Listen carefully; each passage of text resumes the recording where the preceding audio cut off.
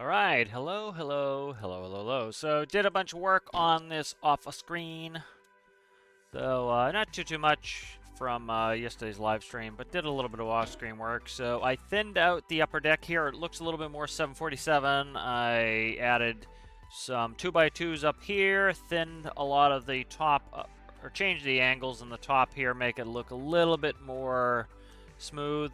I did like kind of the rippling on the back, but I might have to recreate it. But a little bit more thinned out now in the rear. So drop the back of this a little bit. Did some paint in here. I kind of took paint cues from the Antonov 124, which I love. So Antonov 124 has like this green base color, and then it has like padding that goes up and over. So that's kind of what I did in there. I marked out the spaces for the containers, so we should probably put a staircase in so we can get up. So how's it going there, Rasmus and Zaki and CG? How are you guys doing? And everyone else who has not commented. Just quickly do a little bit of old color here. Let's do some color. This is all Antonov 124 coloring up top. I really like that. So it's kind of like a really dark blue or navy carpet. Antonov 124 backsplash color on all the instruments. Antonov 124 walls and ceiling. So kind of fitting to have the old 124 in there. So I think we're gonna, let's see. Don't want symmetry on for this. Let's do a H. So I need to get some of these functional items in and done. We'll do a manual hatch. So a couple thoughts is put it in here. I think we might put it in here. Let's see what a door looks like here.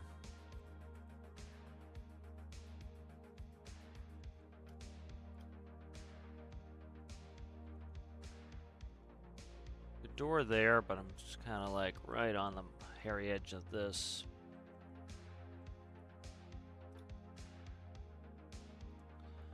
Trying to see how I want to do this here.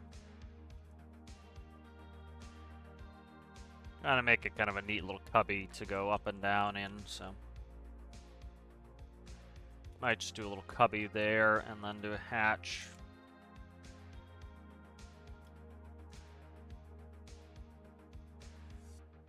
Like so, maybe.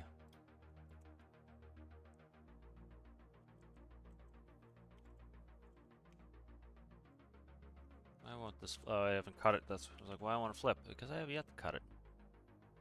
Do I want it like that? That's the question.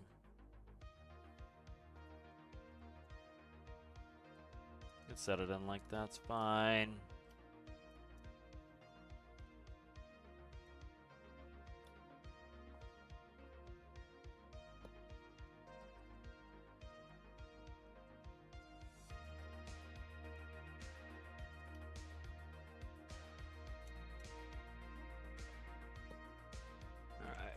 So I kind of think a cubby would be kind of cool to have this in. We're coming up.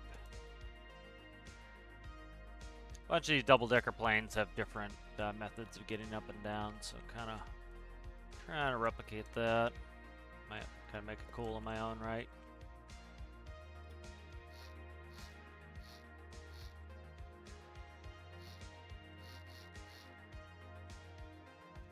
So how is everybody doing this lovely Saturday, Sunday, whatever day of the week this is?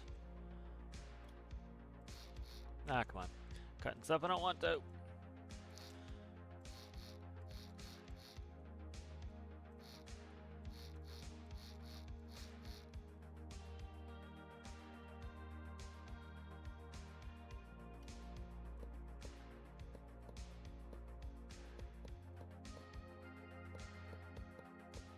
So that will likely be the hatch there, and then we will paint. Alright, and so this is going to be a retractable ladder. So let's see. Okay, perfect. Just kind of checking how this has to run.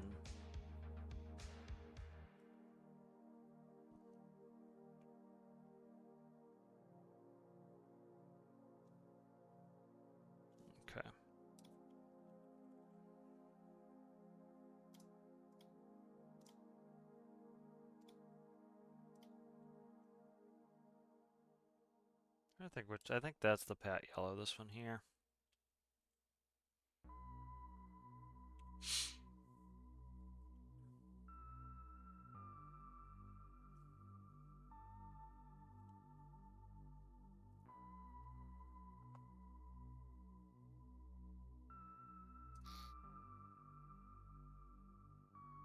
Just gonna do it the other way. Okay, let's do it that. Okay.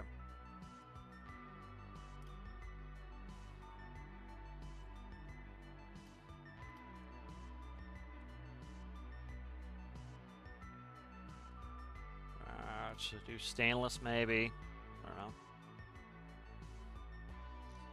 What I'm gonna do is, if you offset a color by like 1 point there, that allows you to then do color swap, and if you have that same color, you don't have to worry about it. So that's something I tend to do as well. So might do pat yellow and then paint some other colors, I think. Let's do that.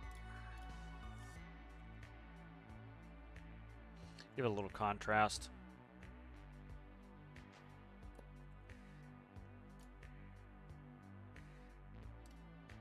Check chat in a second. Okay, let's see. We are going to be a grand total of 19 blocks. Okay, so we need 18 blocks here. Okay, there's 18 there, there's 18 there. All right, beautiful. And then we need... I didn't mean to put them up here. They should go right here.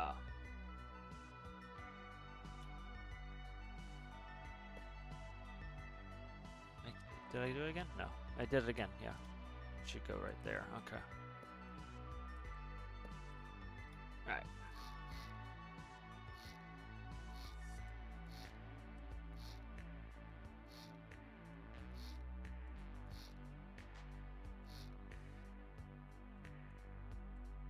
Alright, good. So let's grab these.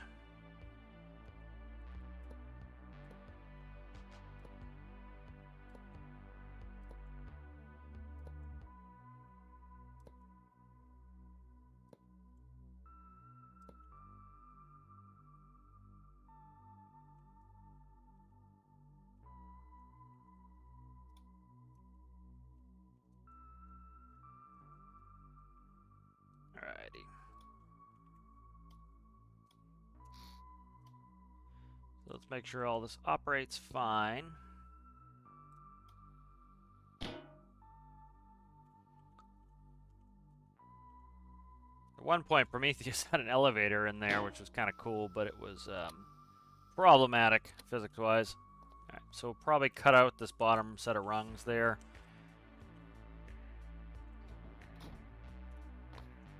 And we're up and in. Nice. Ah! A little bit dangerous there. Alright. Okay. So I need it. Yeah. Trying to see if there's a way for me to grab this ladder. Not gonna break my ankle, but I'd also like to not have where I screw around too much here.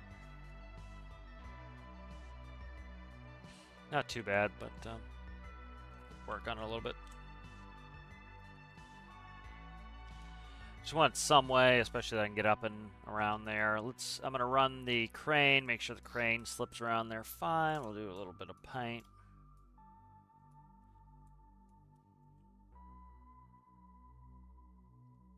Alright, so that's the footprint of where these go.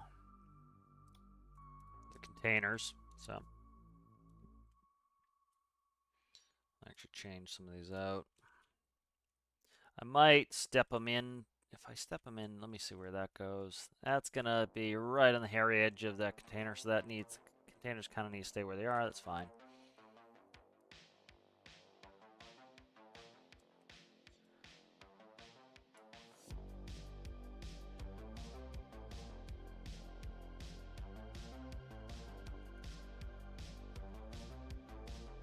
Probably color swap this out with it, but not 100%. I don't have something else I need to remember to get rid of, so.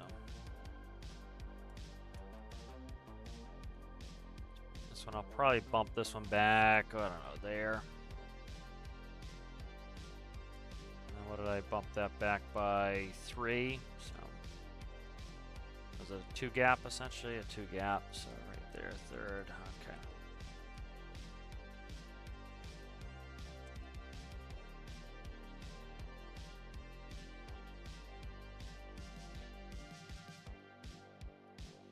Alrighty, so there's those.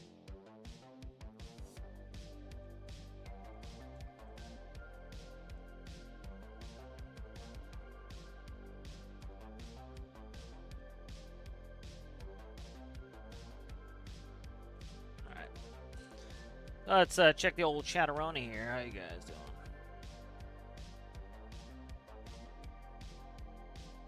What is the point of such a huge VTOL? To haul 4 containers up to the Arctic. Also to carry my vehicles. How's it going there, Owl? How's it going there, Oceanic? No, not amphibious, not a sub. The VTOL cargo. Mostly for taking containers and vehicles around. Good, good.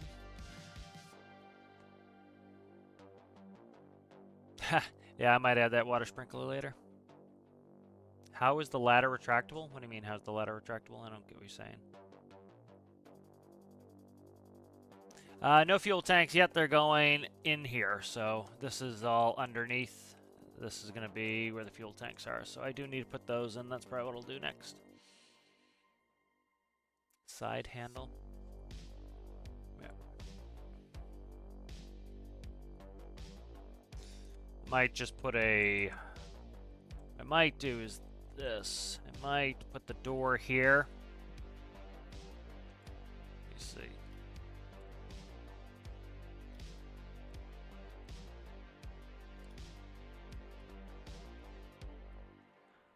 Symmetry, good day, sir. Let's see.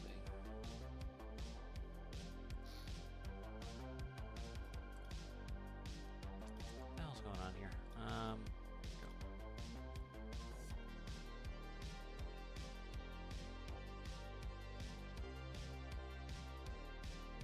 That goes there. Is that gonna? Yeah, it's gonna poke, so it can go a maximum of, I would say, right there. Okay, so we'll do right there is where I want it. All right.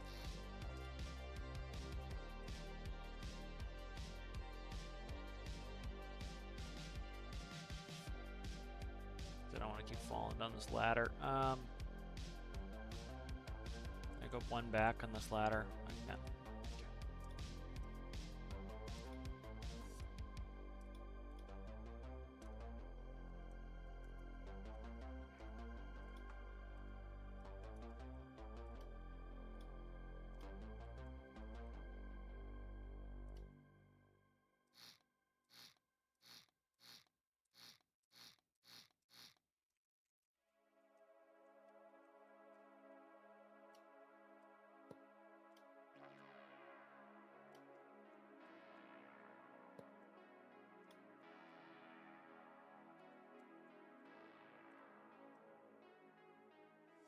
Really cut a hole? Oh, it's a 1x4. Oh no, it's a 2x4. Okay, suck. That sucks. All right, let's move that over one. It's a 2x4 as well. That thoroughly blows. All right. Not the end of the world. Get out of there. Get out of there with that nonsense. Make a custom door probably then.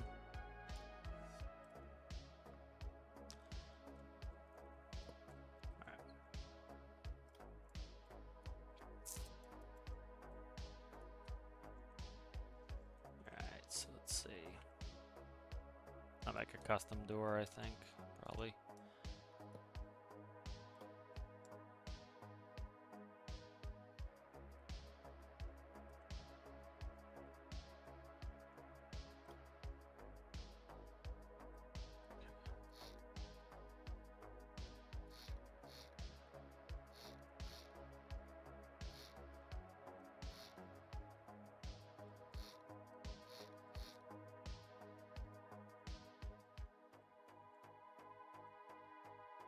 That's one big complaint I have with like Star Citizen is they make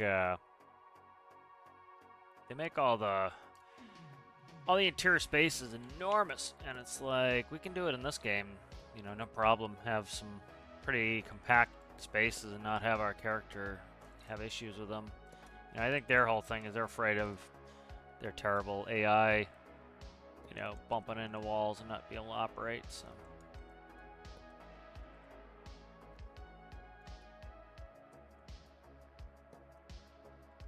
I like having these like little tight little rooms. It's kind of like the feel of it. What the hell is this? There we go. Okay.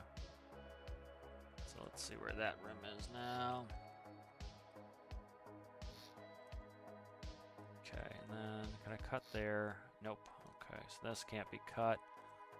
Good to know. Can't cut under there. Okay, that's fine. All right, so it doesn't need to be a ceiling door anyway. So thinking a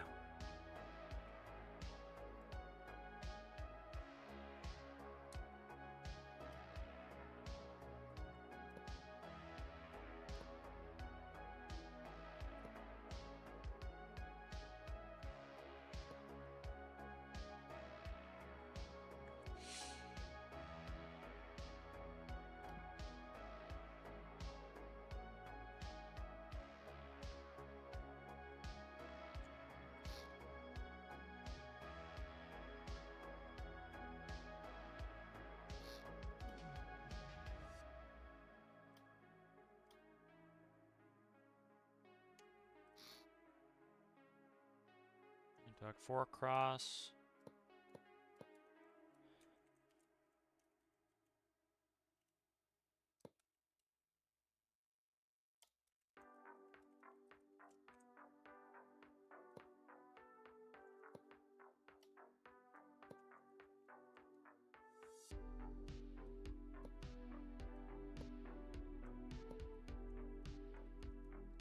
How's it going there, Mr. G? Saw your vehicle, your VTOL there up on the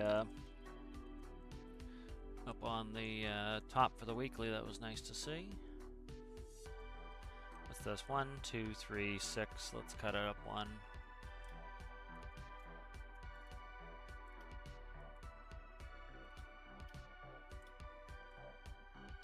If Endo reviews it, I wonder if he can run it.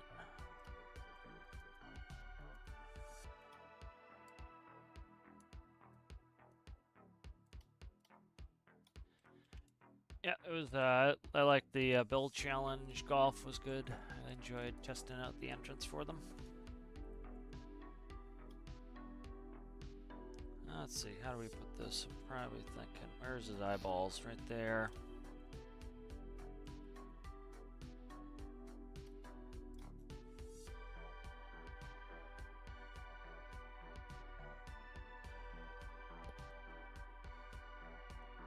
Okay, and then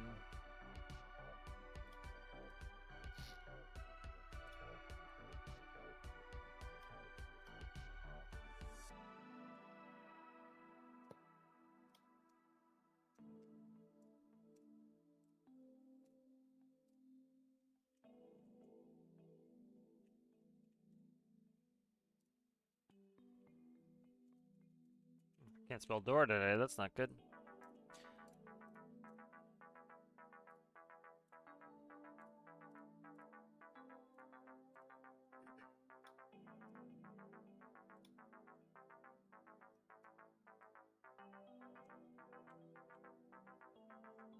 Can't see what I just pressed. There we go. All right.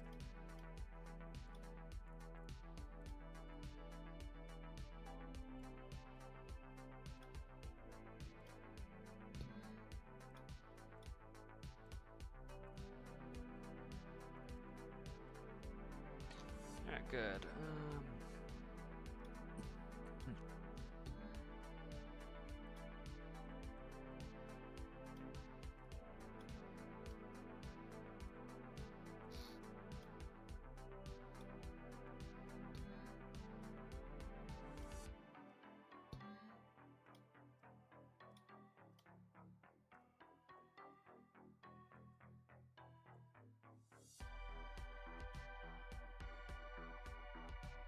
Let that work.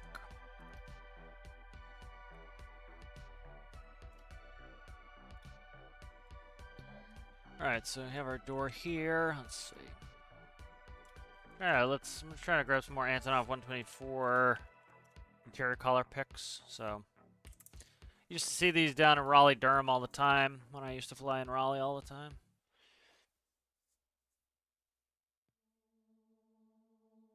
Just read some chat. Yeah, I'll add that water sprinkler at some point. I think that'll be fun. How's it going there, Aaron? Glad you saw the messages. How's it? I think I said hi to Zachy. Yeah, I'm gonna do it so that I approach from the side. So try that out.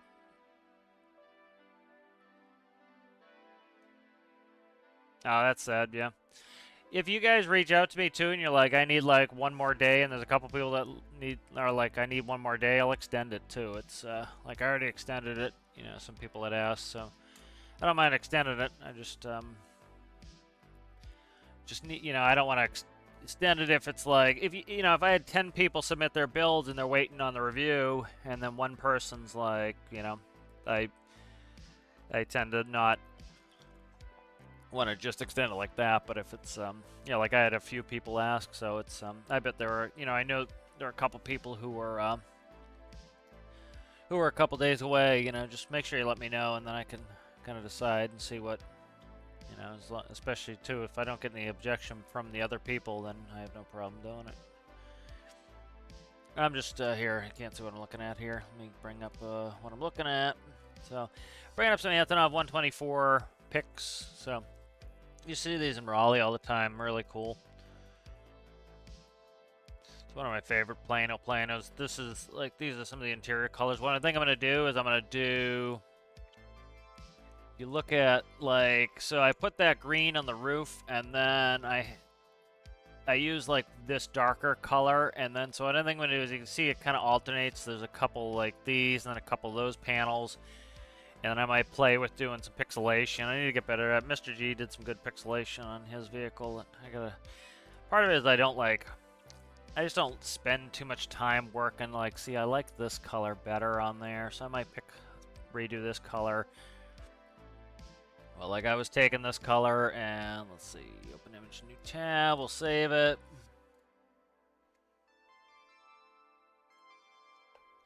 I'll open that up. I just saw it. Where the hell did the Antonov go? Oh, that's not it. It's right here somewhere. This one. Let me get the RGBs off of that. You'll see what I think of this color. What is it? 202. 124, huh? Antonov 124 has a 124 value on it. 42.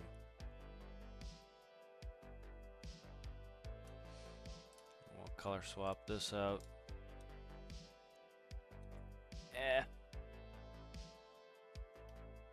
Let's do this.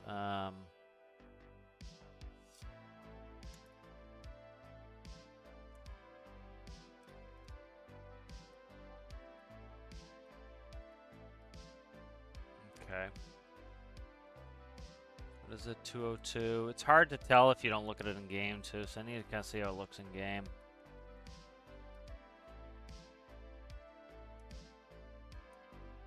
But this is getting close to being able to be used in career build series, so like that looks really funky in the editor, but sometimes you get it in the game and it looks different. Like, oh, that's funky in game too.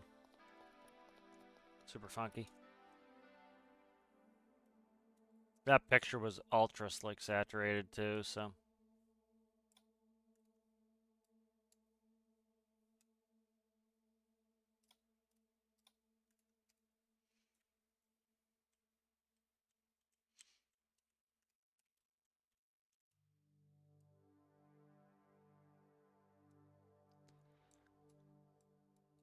So what I'll actually do is I'll make this a little bit darker, so we'll do like a 130 on that. There we go. Just kind of highlights the door a little bit.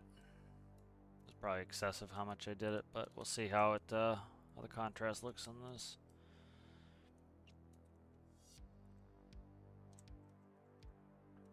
Trying to see if there's any like industrial spaces, like, you know, the whole aircraft is pretty industrial the way it is. This picture's super saturated on the that color. This is more like what it should be. Trying to see if there's some other. Trying to see if I can see the ladder in here.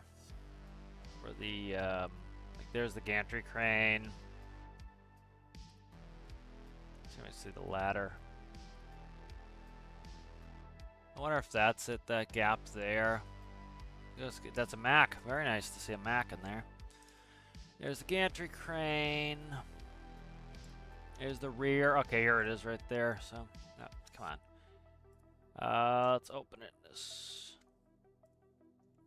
So there is the ladder there for going up to the upper deck. But super cool plane.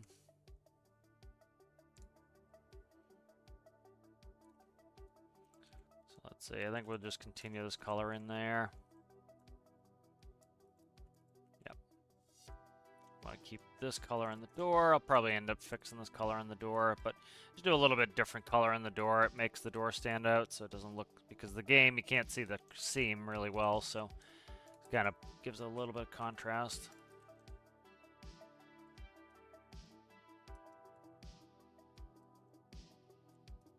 We'll see how this whole situation works out. Actually, I want that for the ceiling.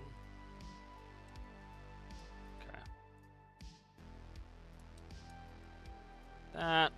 Okay.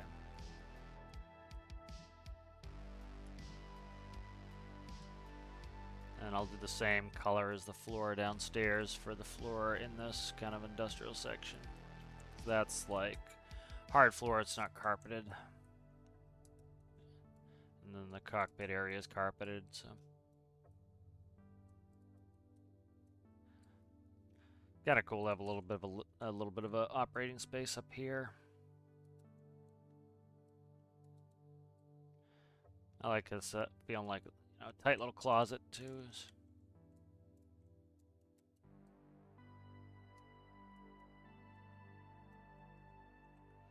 There we go. That gives it a little bit of feel there, and then bing bong, boop and boop.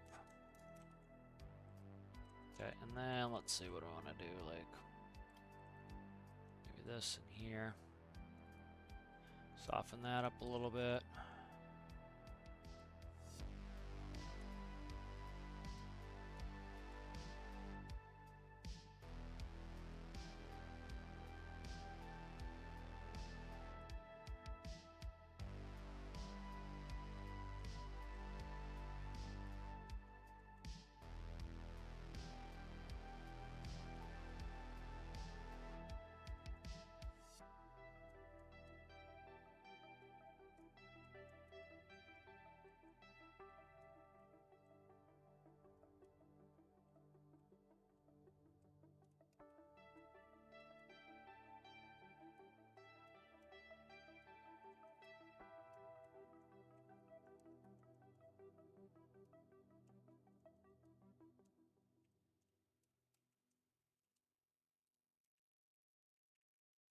So that is the door there. Let's test that out, see how that operates for me.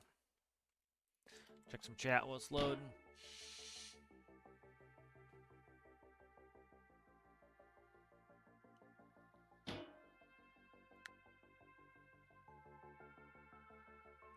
Yeah, Aaron, why don't you stick that on build review? Here, let me open up build review. I meant to open it up earlier too. So let's go.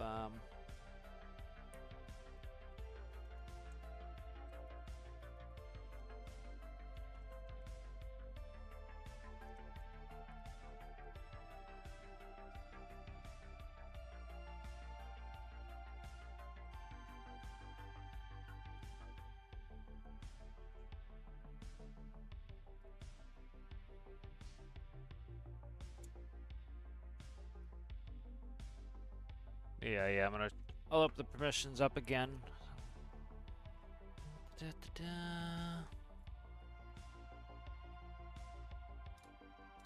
Alright, that should be all set. When you stick that in there, Aaron, for a build review. Citrus, you were gonna repost your what do you call it? Your bubble nose. when you guys post your stuff in there now.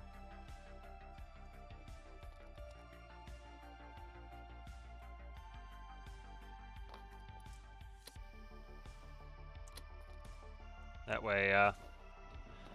way I can review those up. There we go. It's up. Door opens in. Yay.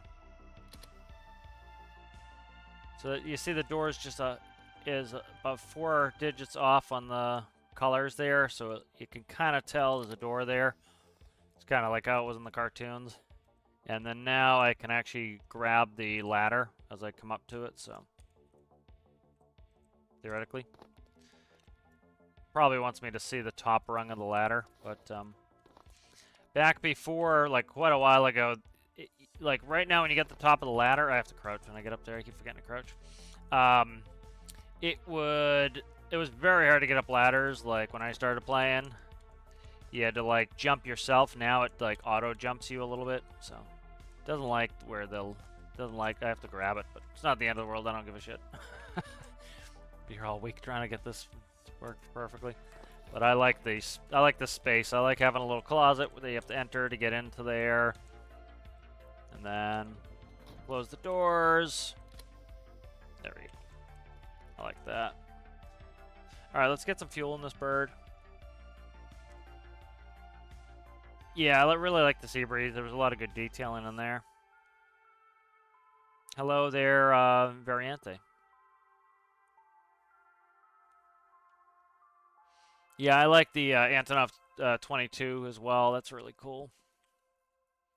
A lot of the Antonov products, I love all the Antonov stuff. It's super cool stuff. So I thinned out, changed this whole upper area here. So this is now changed, and this is thin. So it definitely has the 7.4 look up top there now. This is not as sculpted as it's smoother than it was before, which I kind of like the sculpting on it. So I might do something with this, but thin the tail a little bit. Didn't need to be that big. So kind of thin that out a little bit. So kind of start bulbous, and then I work down to what I need and want. All right, so I'm happy with the door there and all that baloney. Let's do fuel tanks. All right, so while I'm working in here, I'm just gonna do. I'm probably gonna regret this, but let's do.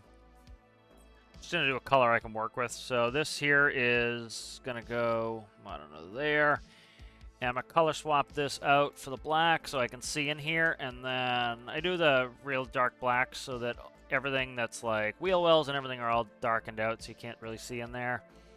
And then so I can always color swap this back to black. I just want to be able to see. So this is why I don't do the bucket. I hate it when it does this where it paints stuff that I don't want it painted. It really is aggravating. I hate it. I hate it. I hate it. It's just... really don't like it coloring anything I don't want colored. I come back in and have to fix it. Like all this is like colored stuff I don't want it colored, so I end up spending more time fixing the bucket than I ever do. Because people still ask me why I don't use the bucket. I'm like, it does not save me any time, and that's kind of its job. It just costs me a bunch of extra time fixing all this crap. Alright, so let's get the micros in some sort of discernible pattern here. I think, which autopilot am I using? I think it's this one up here now, so let's see. This is the AP that I'm using, so the other AP can go. Okay, this can go. Bango. And then, which one's my actual gear? So this one's riding park brakes. This one is main starboard nose, ITT. Okay, I might actually swap the gear over to this one. So I have to keep that in mind. All right, start consolidating panels here.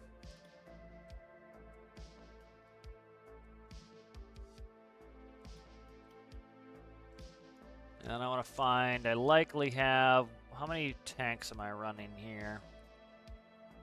Trying to see how many fuel tanks I have in here because I'm going to make the same number of fuel tanks essentially. So probably running 2 fuel tanks in this.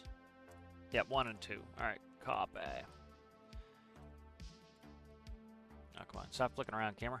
Where are you at? We're right there. Perfect. Okay, you can go down.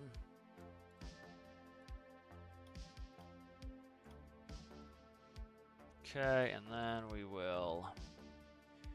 Alright, let's see. So there's center of gravity.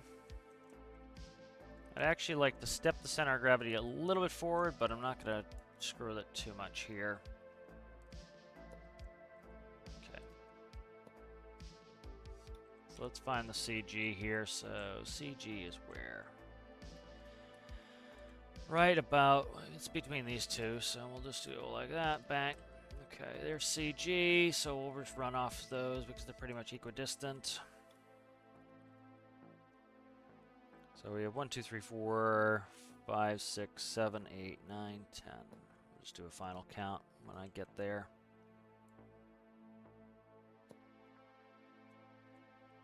Okay, I didn't mean to split all that crap out. There we go.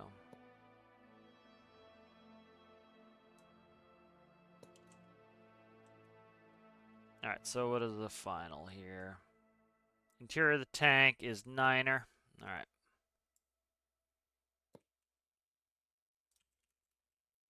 So let's see, there's 10 right there. Beautiful. Alright.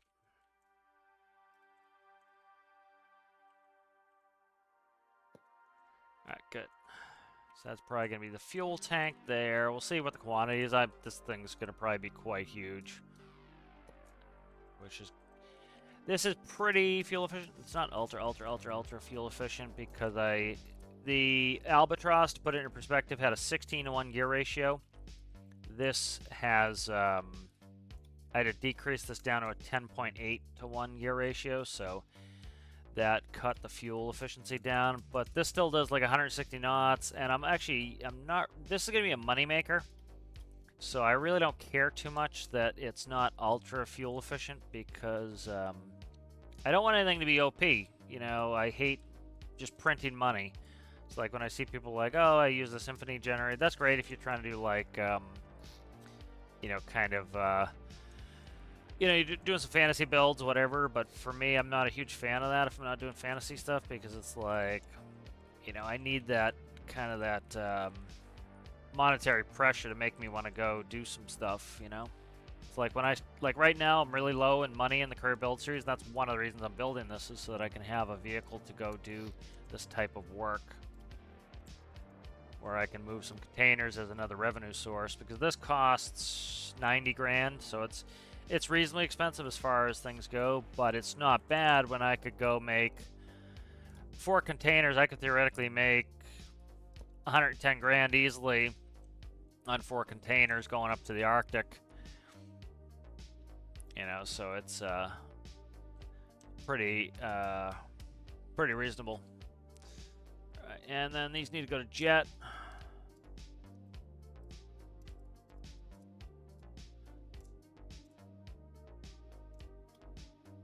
That's one of the reasons I made it jet fuel as well, is to actually make it expensive to run. So let's see. Fluid spawn. How are you at there, guy? Okay, there's a hole in there? Question mark? There's a hole in there. Let me look.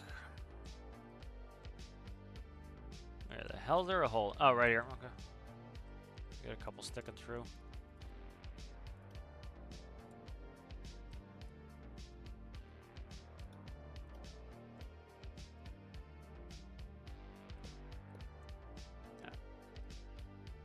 So that's probably going to be quite a bit of fuel in there. We'll see what it kind of shakes out to be. It's a very tall tank.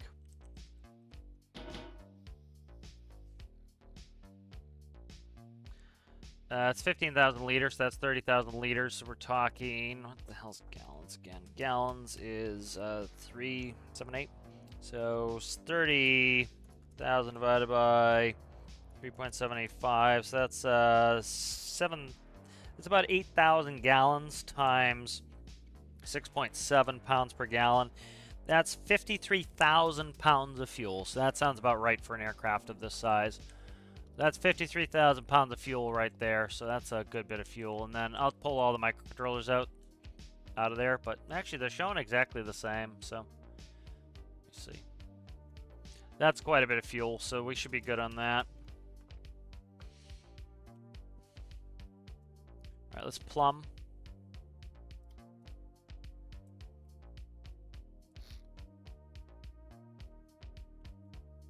Right there, okay.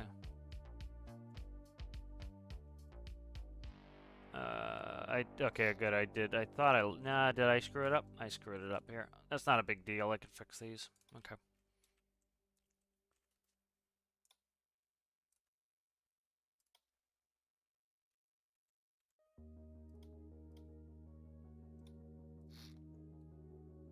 Did I screw it up? What did I do?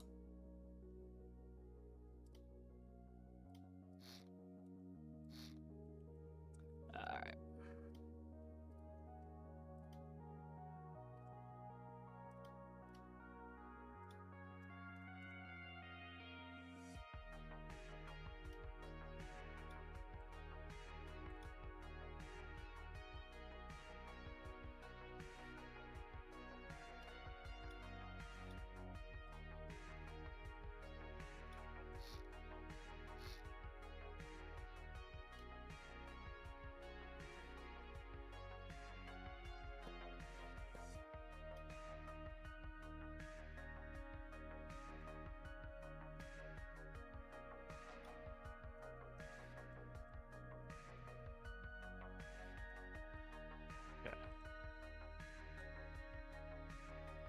Where is this one able to arrive? Probably right here, I would say. I could bring it into the decking, but I don't want to screw with my decking too much here. So let's see, right there, and then where's the deck level here? So we'll go right under the deck levels right there.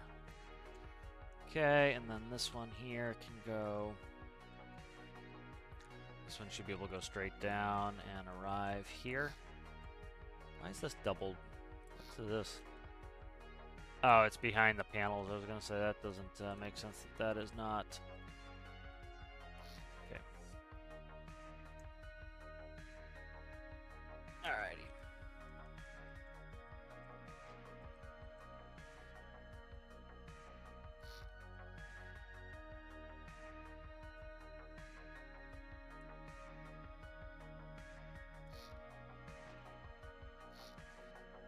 Alright, so there's routing for full.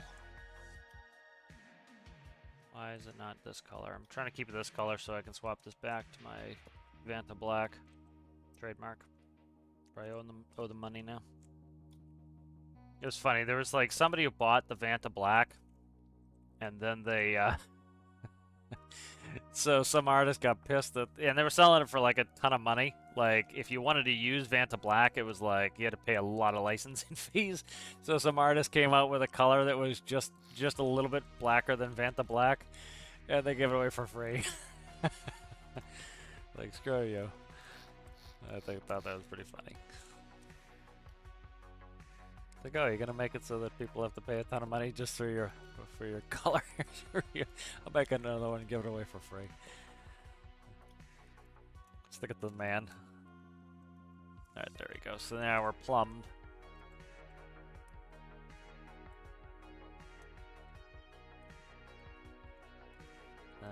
This can go. That can go, that can go, that can go. So I might actually even use the... I might use the gear panel from the Albatross to run the gear on this. Just take a little bit of changes because that's already plumbed in for the cockpit too. So, alrighty, and then we want to go.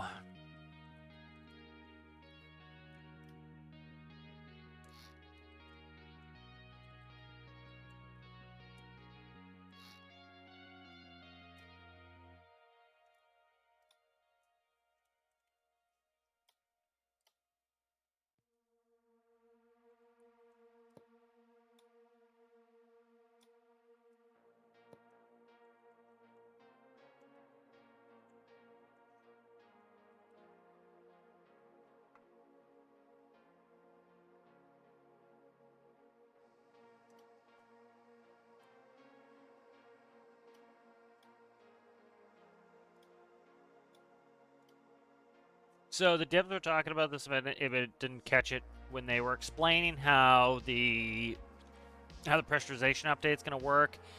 So currently the way this works is like like in real life, if the fluid level is down here, if the intake was here, it would stop. It would start to cavitate and suck in air, and it wouldn't be able to pull the fuel if the fuel was too low.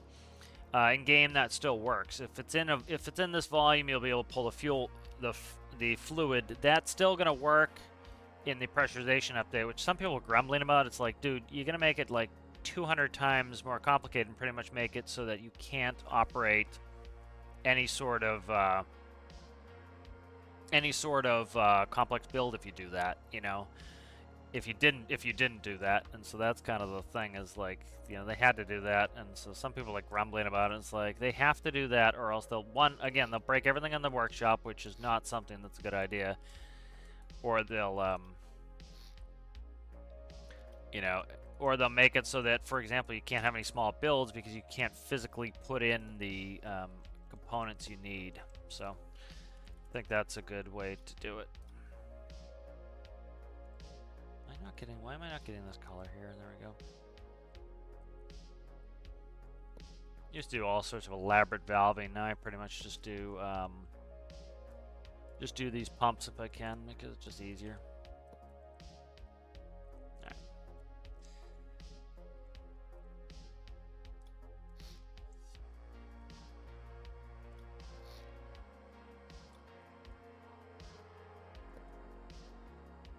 Alright, so that is the... Alright, so that's the cross-feed system. And then I'll hook it in. I'll put in a... I usually hook in my... Let me think how I want to do this. I'm trying to think if I want to independently pump each one. I might boost pump them so that way I can draw fuel in, but I haven't decided yet. So we'll figure out refueling the service panel later. Let me check some chat.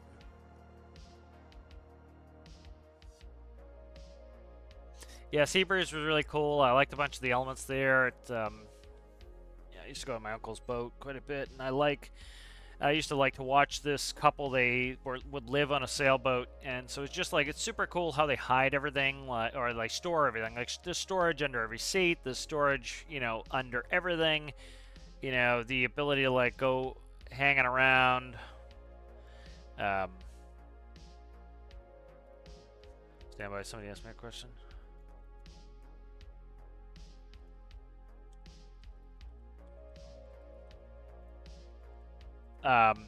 You know, like when you start moving, like you have to have like tilting stoves, and then, you know, if the seas get really rough, you have to make it so you can, you know, smash the hell out of, for example, like the glass plate in the microwave. So stuff like that's really super cool to me. And so I liked on the Seabreeze that, you know, had that feeling of, you know, like a tight, compact ship. You know, that you really had a lot of elements with that, which was cool. I need to fix the gear a little bit here. Let's do that now while I'm at it.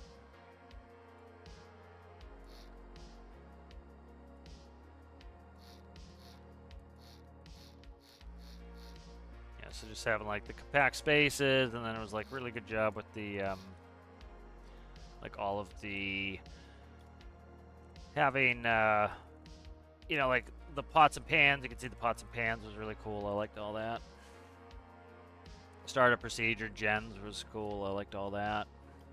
I liked having, you know, on the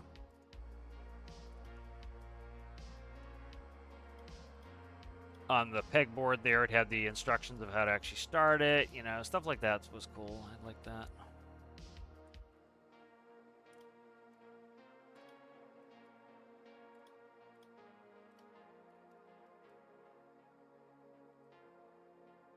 So I shrunk the gear down to 3, and that's because of, especially these coasters, they want to float. And, you know, so it didn't want to sit on its tail wheel because it could sit on the 3 wheels, so it was kind of operating a little funky, so. Tail wheel's a little particular at times.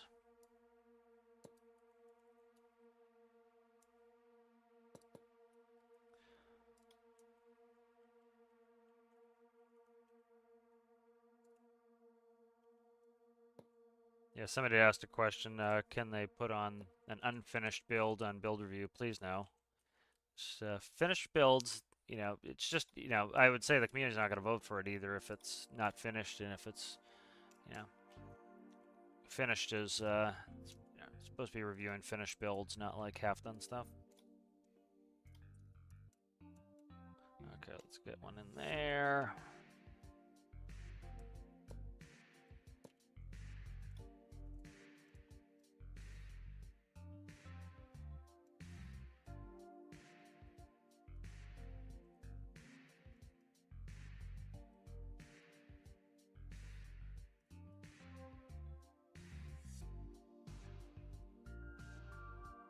Okay, that's good. What? Symmetry off.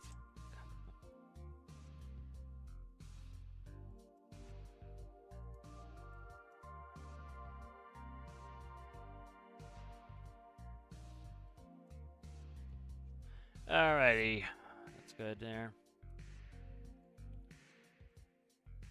I think I'm gonna add another pivot on this too.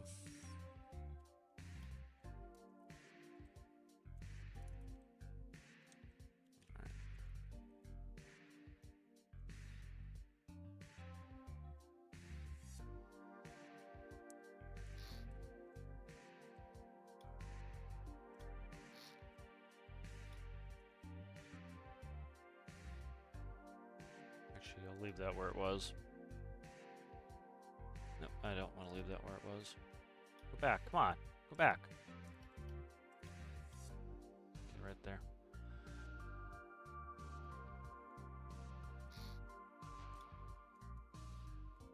Not that it really needs another one, but another pivot, but I test well at it. Oh, come on, man, I hit the wrong key. I pressed merge in my head and not in the real world. Alright, there we go.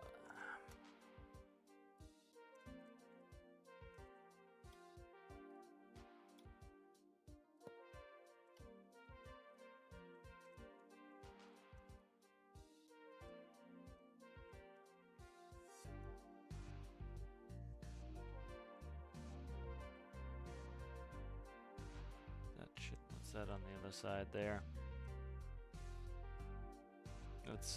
That's gear, that's door, okay. Get those done. I want to get this door done for the rear.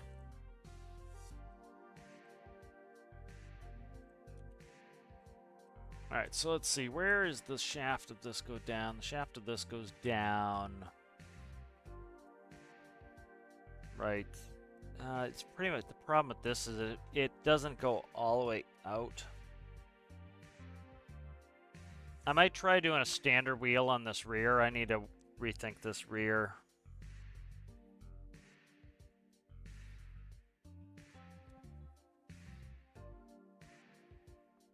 These aren't very, yeah, these aren't very long. All right. So fuel's in, that was important. Let me check some more chat. Yep. It's always good to have proper airline fuel load too. It's, you know, this thing will have fuel for days with that much fuel in it, but you know, 50 for something that would be this size, 53,000 pounds sounds right. Like the Embraer 145 max fuel weight was 11,500 pounds, so.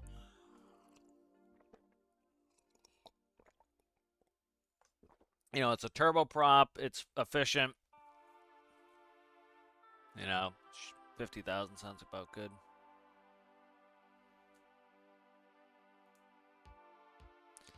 Yeah, I don't know if there's going to be docking collars, airtight docking collars.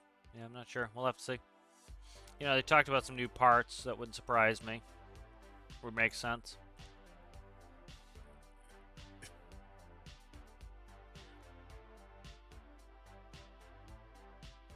Yeah, I'm thinking they might add a ceiling docking port because with pressurization, like you notice that they, yeah, I don't know. Maybe they just did airlock. I don't know if they didn't show us any docking, so I don't know. You know, you might just have to do dual airlocks where you use, for example, we have the.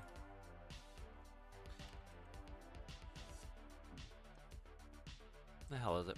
We have this hinged dock hatch. I'm curious if with the docking, they might just do it where, you know, we have this hinged dock hatch. I wonder if they might do it where this will seal. They may also do it where you just have to have 2 airlocks on either side, you know.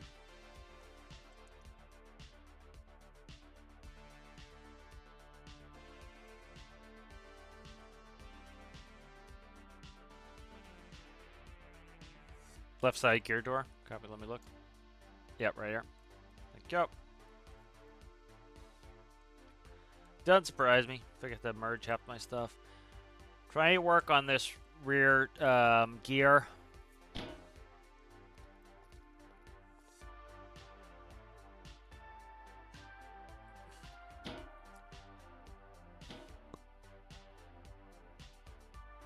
So you see it only sticks out halfway. So I could do inboard. It works well though. These casters, I need casters because this thing's so friggin' heavy. Especially now that it has a full fuel complement. So I could do upswinging doors. I actually have the room for upswing doors. So I may do upswing doors.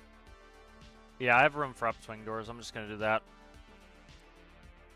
So, why am I this color? Let's go that color. There we go. Bango, bango, bongo. Let's go like that.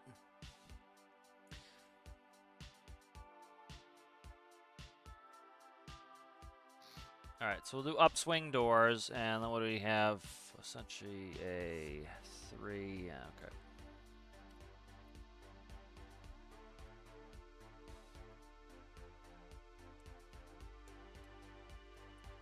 Drag, please, thank you.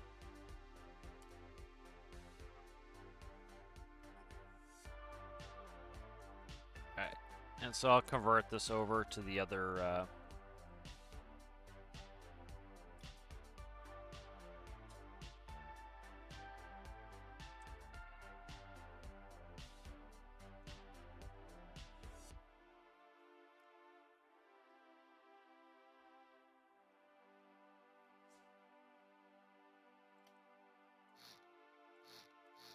just kind of looking at the space I'm going to need here. This is going to have to go there, I think.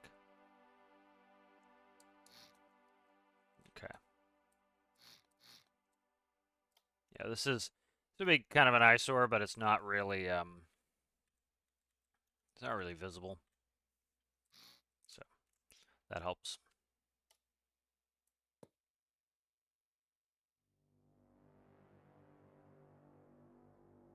I think what the full come on. I think what the full range of this is because this rotates, and so I want to make sure it's not hitting anything. So it needs to go pretty much all the way there. So let's not do that either. Let's do this. That's gonna hit that anyways. I think it was behaving fine, so we'll put that back in there. Okay, let's do that, and then what's our gap now? 3 and a 2, so the 2, we'll do the 2 first.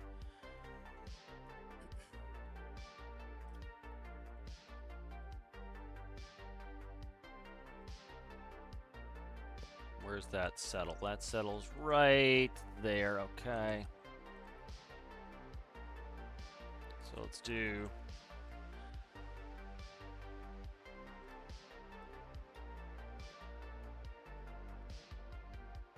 So here's a 3 block. So I usually do these on my, where the gear shaft is gonna, where the strut's gonna come through.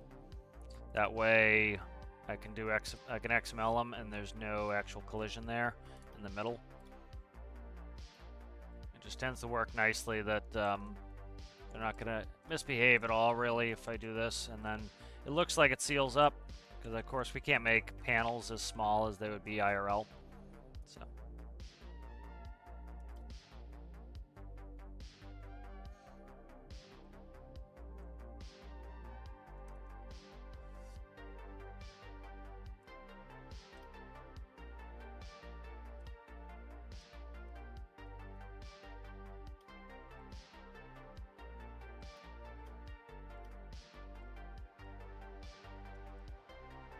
that, and then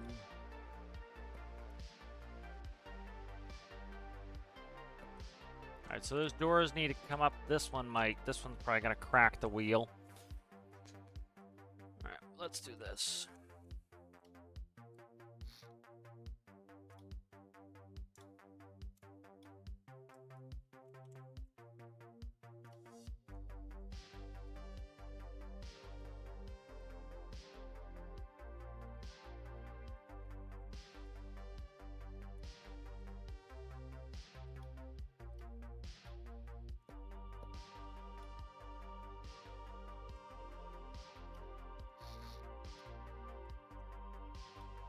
So put XML in so the tip has no collision on it. So that way it can come up. It's going to come up into the body and it will bump the wheel.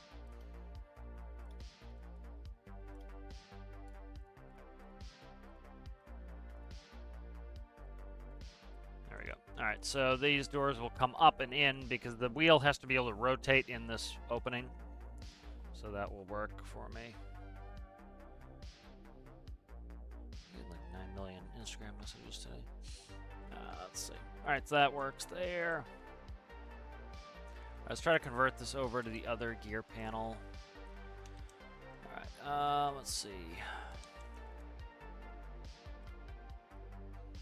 Check this gear panel because this has the indicator and everything else in there. So it has ITT in there and inlet turbine temperature. It has a bunch of stuff that I want. So, right, main starboard threshold 0.2 to 4 to.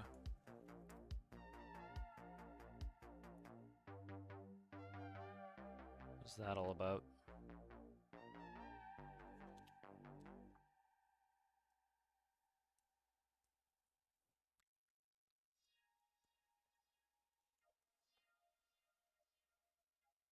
Interesting.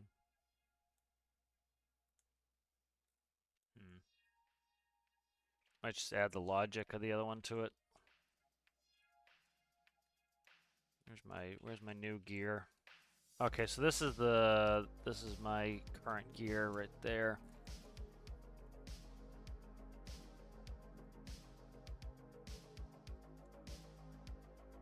All right, I'll just fix this one and connect up this one.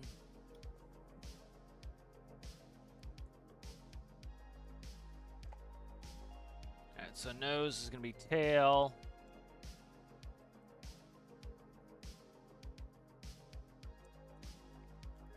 Tail doors.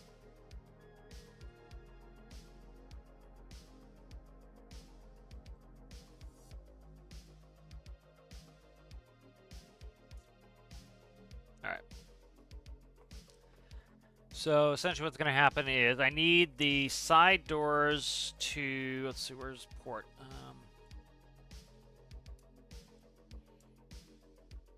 Okay, so this is like, these are completely different. So like here, this is essentially up. When the wheels are up, the doors should be closed. When the wheels, I don't think how I have this done. Is that -1? Let's just do this. Let's update that really quick. Let's grab the gear out of here. Grab all this. Convert it over to this panel here. There we go. Alright, so I pretty much just need 2 of them. For 2 of the mains here. So that is starboard and port. Okay.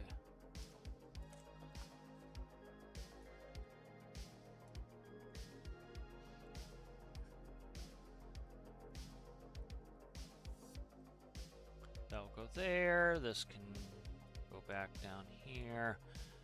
This can go cozy up there. Beautiful port. Port. Starboard. Starboard. Alright, that should all work. Lovely. Alright, so that is fixed there. I need to work on this tail door, so tail door is going to be a little bit of a pain because of the way I have it running, so just trying to just think of a cool way to do it, but ooh, clamshell.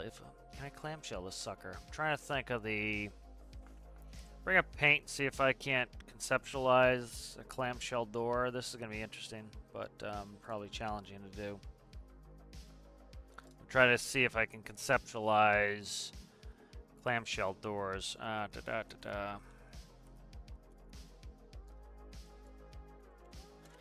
Some of the stuff I just like doing for practice, and the cool factor is like doing something different. Alright, so let's see.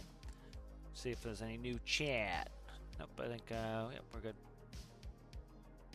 Yep, yeah, you guys just reminded me of the door. Alright, so kind of clamshells is, you know, again, there's an issue of I want the large pivots because they report their position, and so the issue being that I have small pivots in there, so the thought process, if I had two large pivots like this, so I'm going to conceptualize how they need to rotate. So you had two larges, and the issue being that I can only have this one off the blocks, so the block would be here. So this would be a set of blocks there. Let's measure it right. So it'd be something like that. So that would be where it would sit in the base of the vehicle. And then what I would have to do is I could probably move these in one. So let's say move it in like that. And then what I need to do is to clamshell them up, I would need to, because I want to clamshell them out. So essentially what you'd have to do is the door would be, I would have like a 1x2 wedge here in the floor.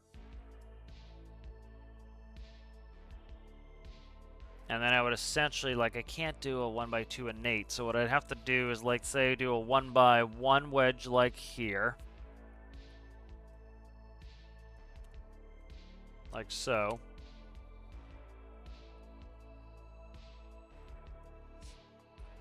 And then, so this would be the split on the doors.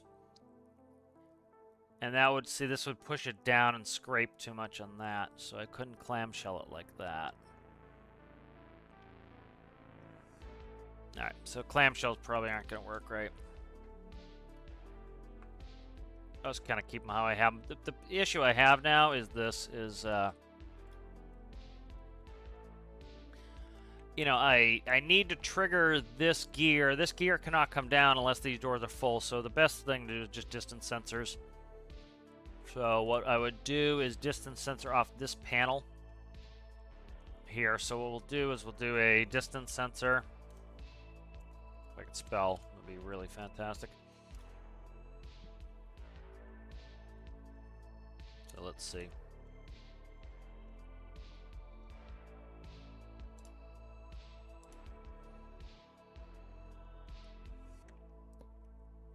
So essentially this one shouldn't go down unless the doors are up, is essentially what I'm doing. So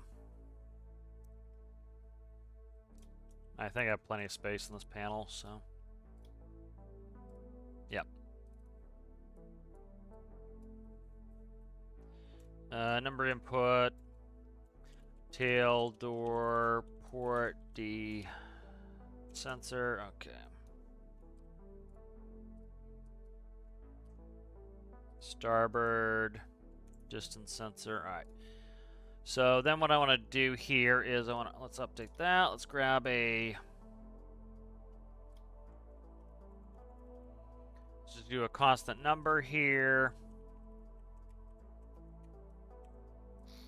Make that 1. Now we'll go to these, and then what I want to do is I want to dial. Actually, I can just fly in here. All right, spawn it.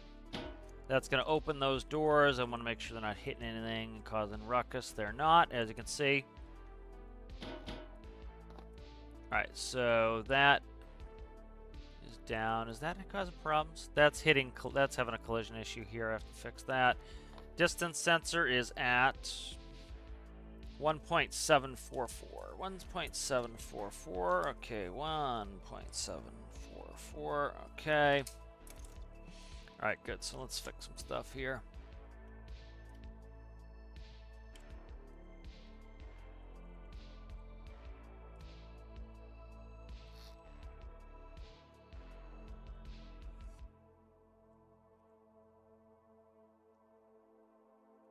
Okay, this should be able to clear that shaft But it's going to hit here if I go in there. Okay.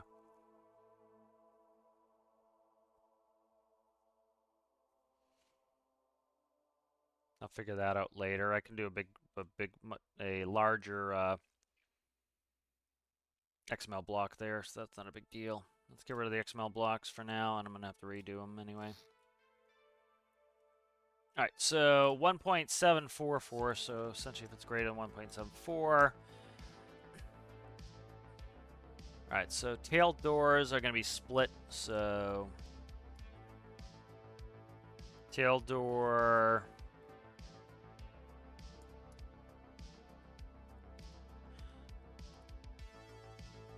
Alright, I already added a node, didn't I? Tail door port, okay.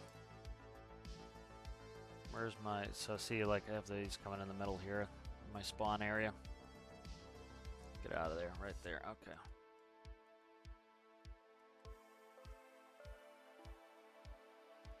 Alright, so essentially I'm going to have a condition in here for the tail doors that until the doors are at greater than 1.7, they won't open. So essentially, if the why does it still say nose? I thought I changed that to tail.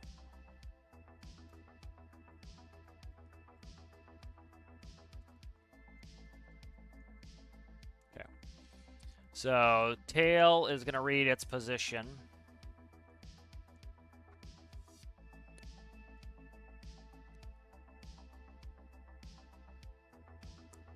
Alright, so I'll redo how all this works. Alright.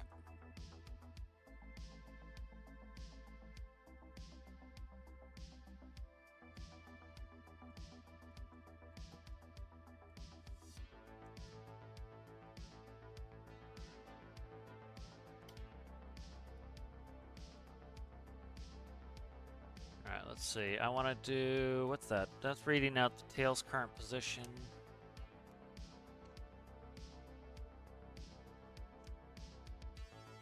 Might be able to just make this work. They're probably going to be fast enough. I might not have to do the distance sensors. Yeah, I don't think I have to do the distance sensors. I think we'll be alright. I think it's going to be fast enough, plus I have the XML in there, so I think we'll be good. Yeah, I think we'll be alright. Alright. Let's change that back to tail, and I think that should work. I'll play with it. Usually just, as long as those doors are fast enough, the gear is slow, so you can keep your gear nice and slow, and the doors will operate fast enough. So if the tail is between 0 and 0.24, essentially, I don't want these to reclose though. So essentially, I want to have the tail doors go to the 1 position. If this is between that 0.0025 and 1. Go ahead and open the doors and keep them open. Okay, that should work there. Alright, keep it simple. Keep it simple. Alright, so we'll do... then I need to put in a distance sensor, which could be problematic because I'm like right in the block limit as far as how high up and down I can be. So I need to... And then I want to find a place to put it. So let's put it right here.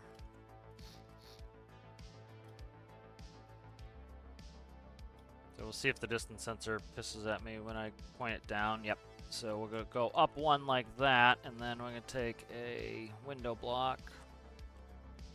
I don't know, the window, I can't do that with the distance sensor, so I'll put an XML block in there to cover it. Because this is sitting right on the bottom, so I can't go any lower with that.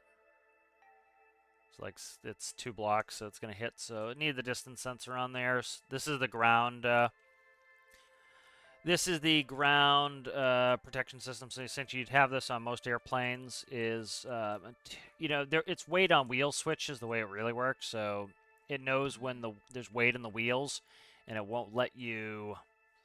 It won't let you put up your gear when you're on the ground, so you don't accidentally fold your gear up when you're sitting on the ground and sit it on its belly. All right, tail door, starboard. Yeah, so I meant to get rid of the distance sensors here, so let's get rid of those. So, distance sensor, see ya, see ya. Alright, good. There we go.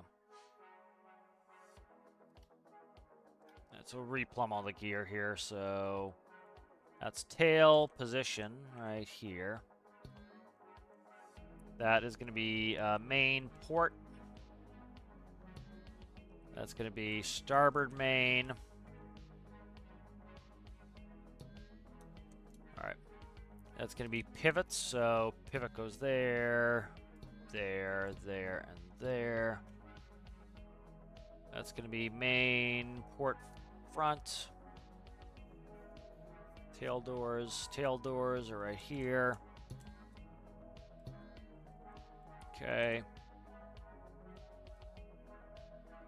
That's gonna be, that does, I don't need, so I need the interior doors. That's the interior doors there, and then here's my starboard interior door right there.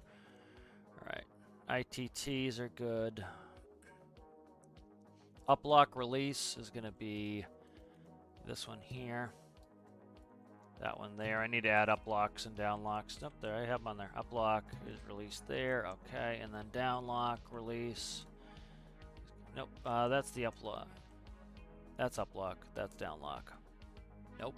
All right, I've got them backwards here. Let's see. Down locks are going to be that one, and then that one. That one are all my down locks. Then up locks on this one is going to be, that's the up lock on this one. Alright, nice. And that should be hooked in the gear panel. So let's go test the new gear fold out.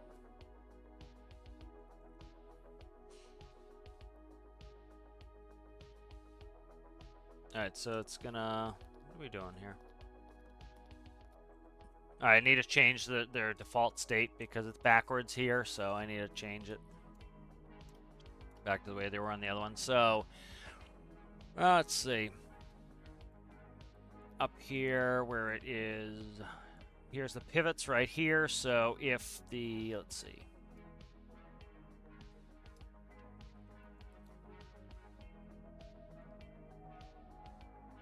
I'll hook that up.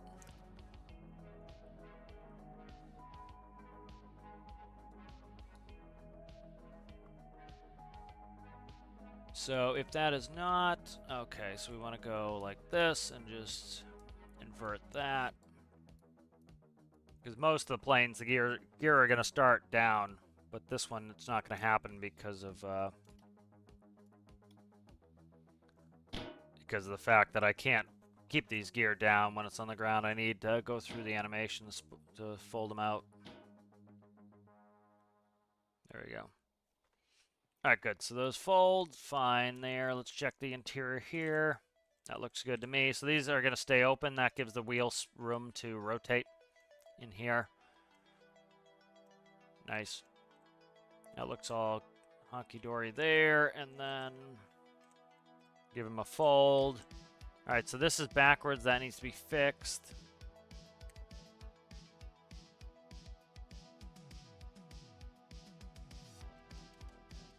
Oh, I can't put the gear up. I don't know why I did that, but I did. I put the, so, you know, the safety system won't let them come up until you're over 10 meters, and I reattached it before I finished my test. So these gears should be reading down and locked, and they should be reading 3 grain. They're still reading reds, so I have to fix that.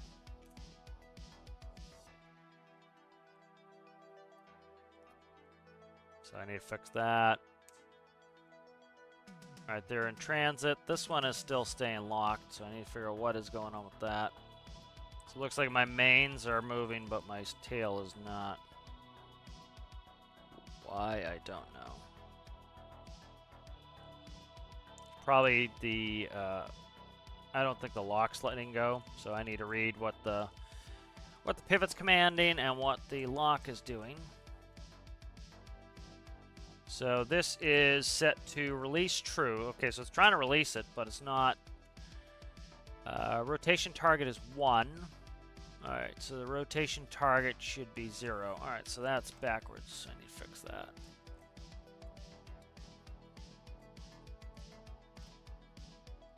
Where's tail? Yeah, that's interesting. Did I not hook the pivot up correctly? Let me look. So that should be gear. Okay, let me make sure these are all both angled the correct direction. So they should be angled down. They are. Okay.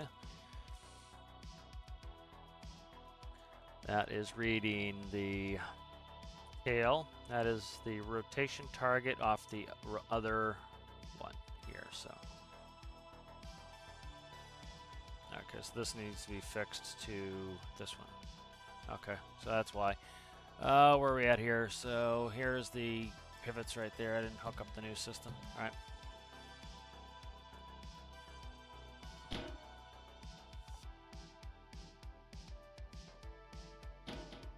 There we go. All right.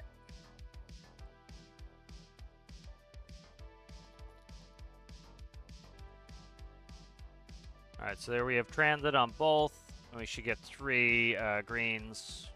They're backwards, but I need to fix those.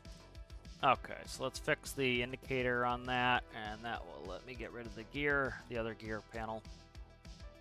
Yeah, we'll see you later there, Rasmus. Alright, so why are you running funky here? So...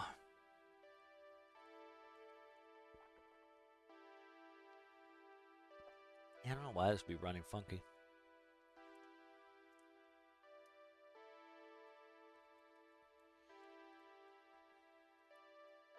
Alright, so it should be start channel 4. So 4 is the top position. So top position should be tail. I should flip this anyway. I should flip this. Alright, so the... Let me see. So these thresholds are all good. They're just screwed up in their order now, so I need to fix them and get them where I can read them. All right. So the one position is going to be the tail. Going to be the tail up red. Tail up red now. So tail up red is going to be. So here's the tail read. So we have the tail reading. Why is the tail reading? Tail's reading a ton of them here. Oh, transit. So the tail should be reading 3. That's correct. So transit's going to be negative. Okay, it's because they're backwards. So this one here is going to be. This is transit. Transit's fine. These two need to be swapped. So, and I'm gonna need to swap them up a little bit more too. So, right. So when they are, so this is the what the hell are we doing here? -1. That's up now. So up is gonna indicate on 1. So that's fine actually. Up is indicating on 1. And then I have, so let me actually show you what I'm working on here. So this is essentially the panel. So it goes, so this is 4, 5, 6, 7. It's 8 total. So it's 4, 5, 6, 7, 8, 9, 10, 11. So I want the tail to read red in this position. And then I want red, red. And then I want green, green, green. So these need to change color anyways. Let's do it.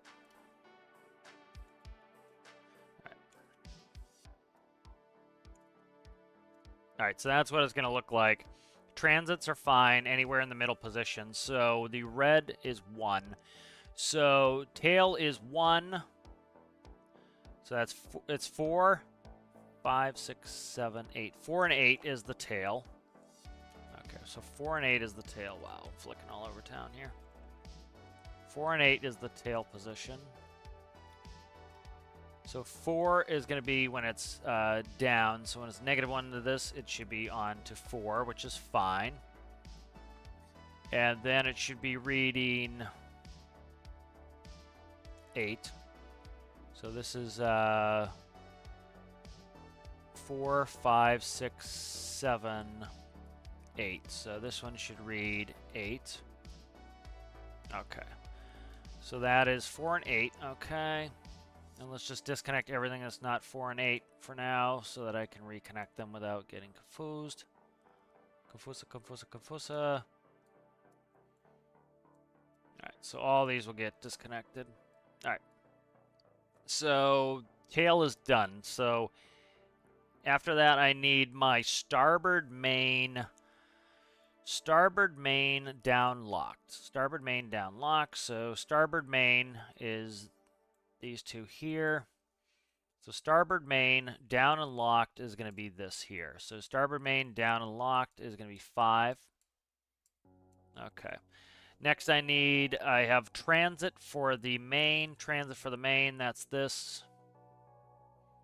And then where am I doing transit for tail? We'll do transit tail here, actually.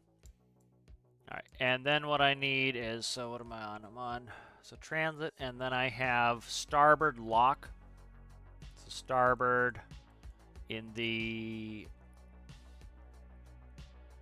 or starboard, it would be starboard red. So starboard, what the Christ am I doing here? We're at here, starboard red position. Wow, I'm getting confused here. Starboard, okay, here's the starboard red position, that's fine. It goes here. Let me check them here. Getting confused here. So 4 is the tail up. Okay, that's correct. Tail up. Then it is starboard locked. Starboard locked. Bingo. Then it is going to be the mains. Actually, we'll do tail transit on the right side. So that's tail transit. Then it's going to be the starboard in the up position. Starboard in the up position. Bingo. Then it's going to be, where did I screw up here? I didn't screw up. So it's going to be tail down and locked. Then it's going to be port main up. Port main up. So where's port main? Port main up right here. Port main up. All right, port main up. Then it's going to be mains transit. Mains transit. Where's mains transit? I'm missing mains transit. Right. I'm missing one of them here.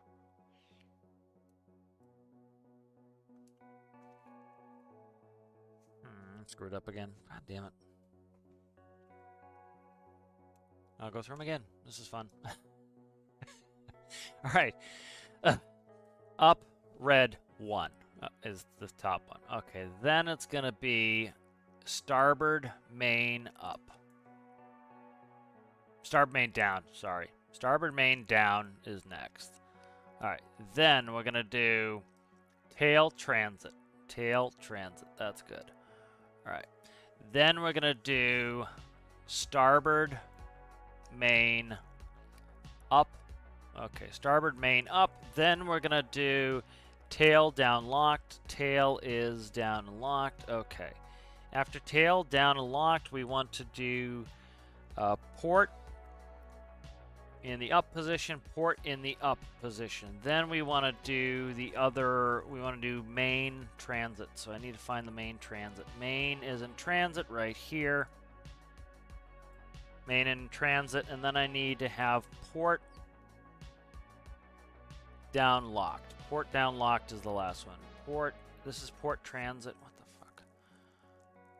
I have 2 port transits? No, this is right. Okay, that's there. Okay. So that's set up now. Okay, we're good. Take my word for that. Tough sometimes trying to think back to the gauge that's sitting in there.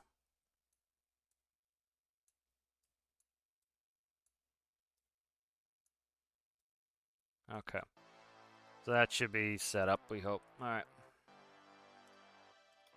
We'll go through the cycle, and if I get them the first try. It's a miracle. Hey, how's it going there, Lord Bison? How are you? I go pretty well. All right, so gear is down and locked. When I flick this, they should go into transit. There's transit, and then they should be up and locked. Bingo. All right, good. Got them fixed.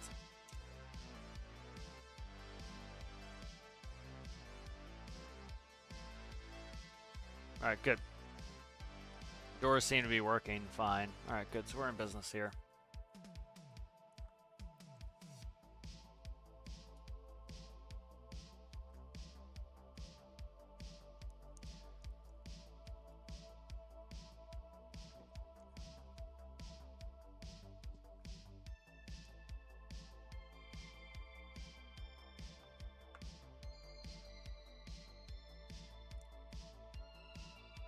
The one thing I could actually do is I could probably actually make a working door, working panel here. Let's see. So what we'll do is I'll put on wedges. Wedges have a smaller collision, like so.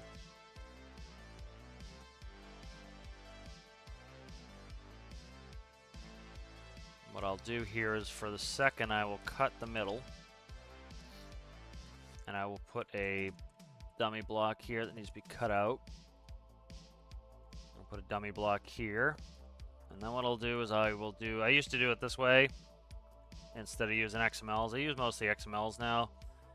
But this will go like this, and then I need to fix the dummy connection here.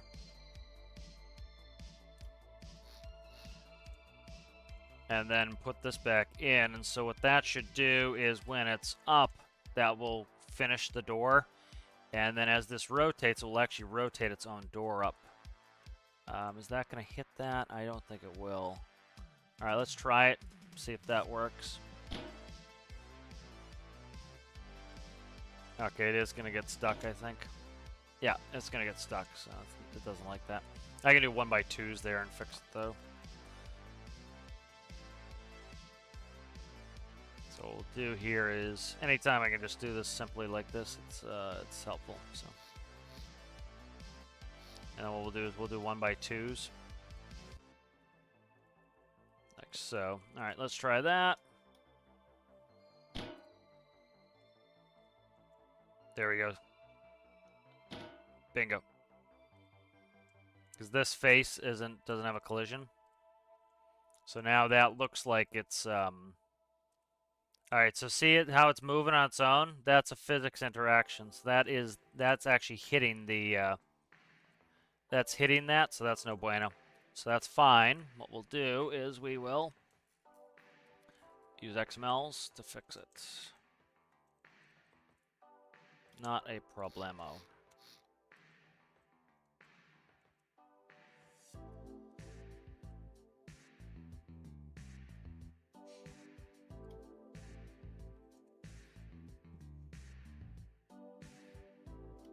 See what I have for blocks here that I can play with. So essentially what I need is a, so yeah, this can't, these will hit that, so that's not gonna work. So I need, essentially, to get rid of the midsection here, so we'll do,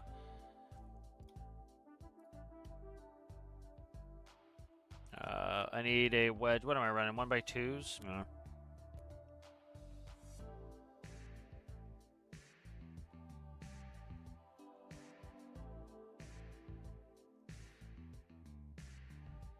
So do I have 1x3s? I do have 1x3s, so here's a 1x2x3. Is that, God damn it, I keep clicking on the wrong thing. Let's see.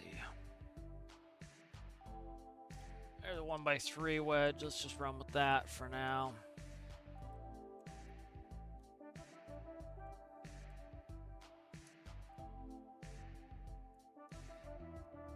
And so the collision is only right there.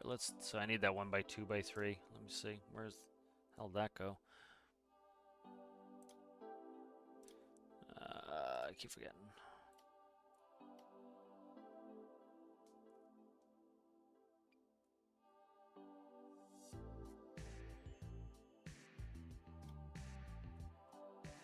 1 by 2 by 3.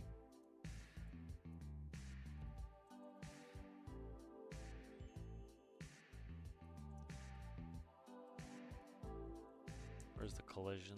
The center there, so this could go like that. That's gonna hit. Why is that hitting? Where's my collision in this? Okay. Right there. And then that's gonna get rid of the collision in the center so that it won't hit this. I'll put another one over here. Like so.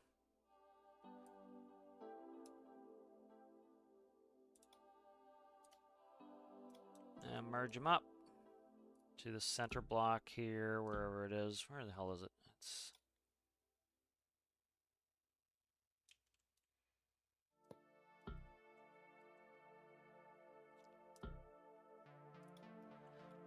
it's sometimes a pain to find how to merge these now.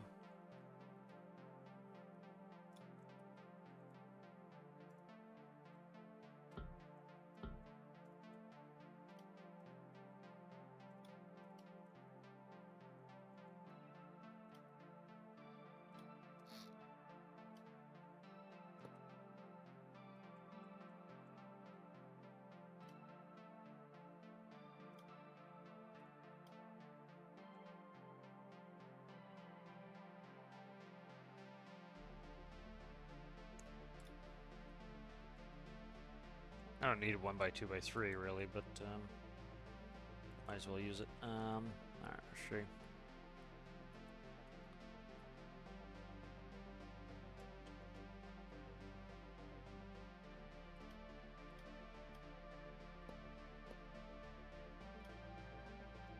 Alright, and we'll grab another one.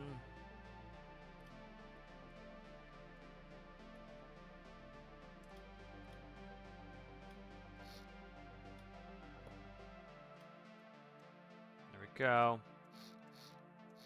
Alright, so that now covers that section up. We can put in a do a wedge again here.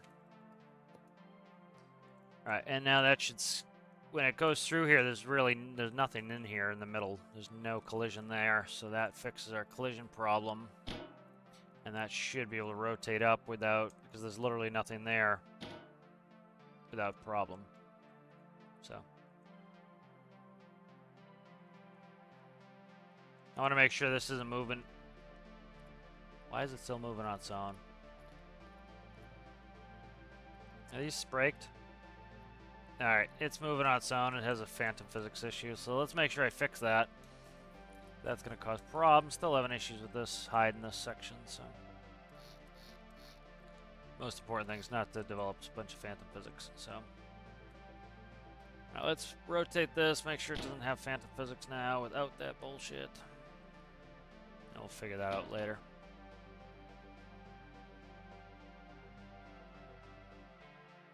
Alright, that could just be general game sliding too. Alright.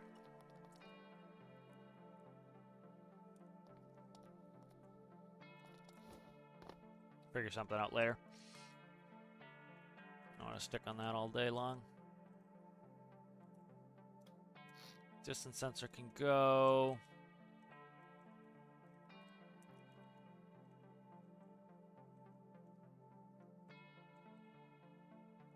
What is... Yeah, I'm trying to see what's causing the collision on that. It doesn't like something that's going on. So, I'll have to look at it. Sometimes the wheels are slidey anyways when you launch a vehicle, so could just be that.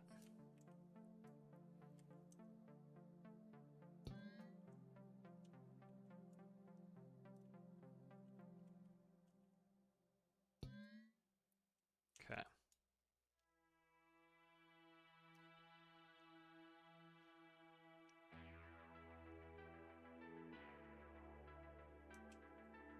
Let's get rid of this.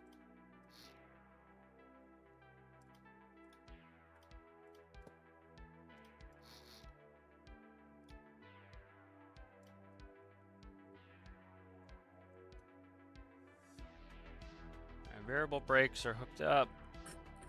Parks are hooked up. Alright. I don't know what this is all about, this winch. Doesn't need that.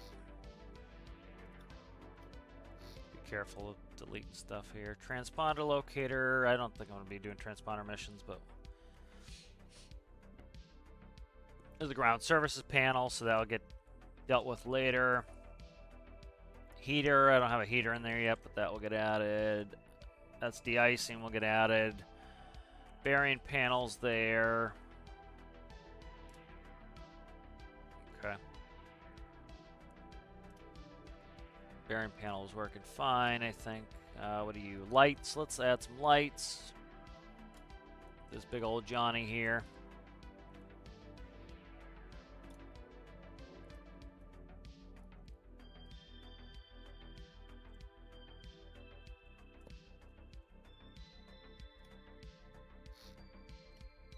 This might be a problem here on the top. It might not want to add the light because we're at max height, but it actually did it. Alright, good. Thank Christ. That would have been a pain if I had to screw around with lights to get a beacon on there. And then where am I putting my navs here? I could take some of the shark fin off of these. Oh, thank you there, STK Johnny. Let me just read some chat. People were quiet for a while, so I stopped looking. Let's see. Nope. Absolutely not. Not underwater. I don't do too much of a fantasy build.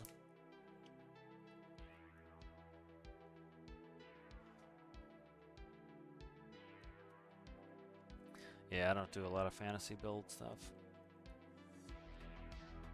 So what is that? That's a 2. Okay.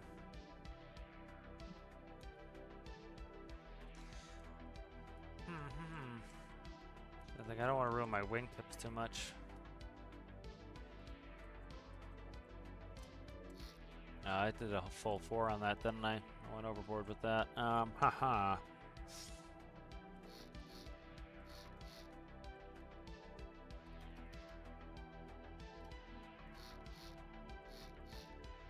Got a little pectoral on that one. Let's see. I want to get these nav lights in.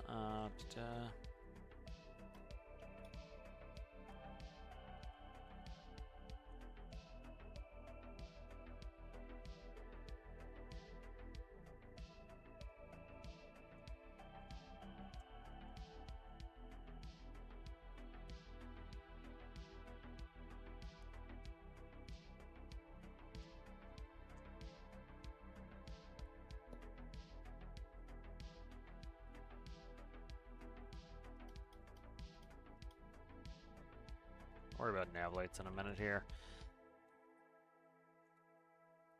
Yeah, I'll worry about lights later.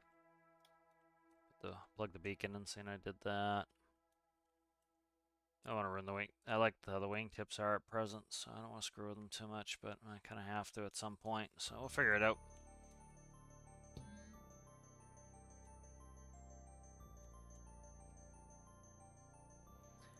We'll go for a little flight here in a second. Alright, so fuel should be good. So let's go for a flight with infinite fuel off. Oh, keep infinite electricity off. Just get rid of vehicle damage now, so I don't have to worry about... What's going on? Why didn't those doors open? What's going on? So the other controller was still doing those outer doors, so... What I need to do is take what the gear, where it's gear pivots... And gear pivots need to hook onto these outer doors. Okay.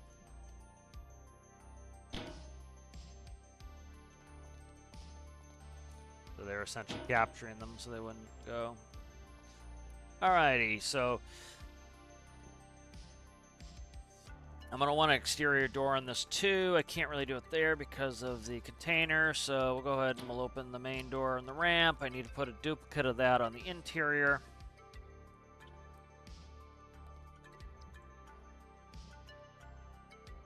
I'm hoping there's not something rubbing that's phantom physicsing this to get it to move. It was behaving itself quite well to not moving. Now it wants to move, so we'll see how it behaves. But all right, close this up.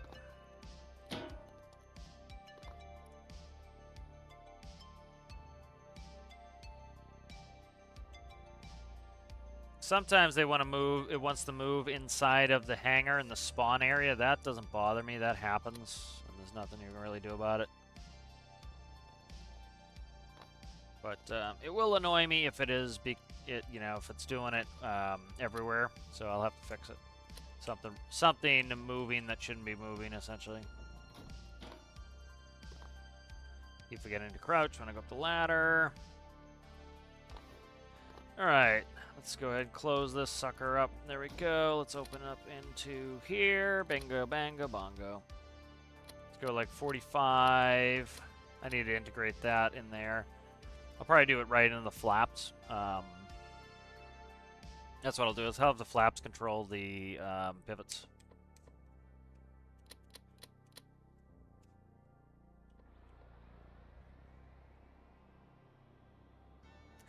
This is a few days. What day did I put out the career builds? The challenge video. Let me look.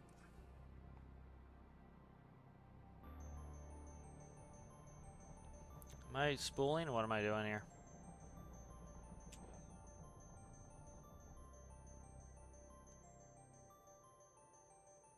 Why am I not hearing my engines? Alright, so I might have a fuel issue. I don't like how much the build's sliding forward. I don't know what is causing that. It's some sort of physics trying to push us towards it, which I'm not really thrilled with. It could be this hard point bumping up against the wheel. That could be a culprit. So the way we could fix that is... That's actually not a bad fix. So let's go like this. Cut you, move you down there, paste, paste. Let's test that out. I want to see what's causing this phantom physics and get rid of it. So, right.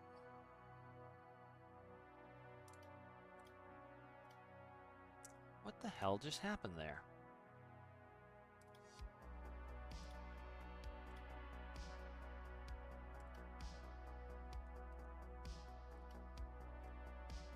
Okay, it's not... I don't think it wants to go that low in the build. I don't know. We'll see.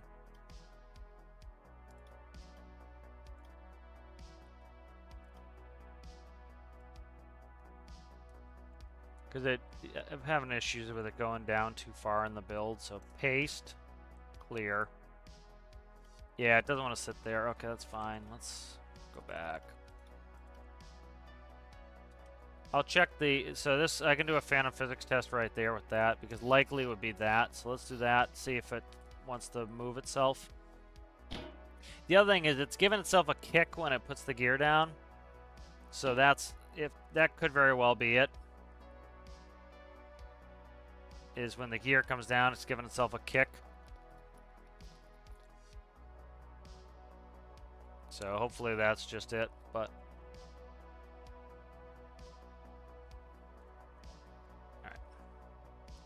I was checking fuel, see why I couldn't get the engines to spool, so let's check on that. This is going right into the port on the... Let's make sure that... Oh, I didn't hook the... I didn't plumb the engines up at all. Okay, that would be why. Alright, I didn't plumb the engines up, so... I didn't get to that step, really. Alright, so let's plumb the engines up. That's not it. Okay. I think it's right here. Yeah, that looks to be it. Yeah, that's it there. All right.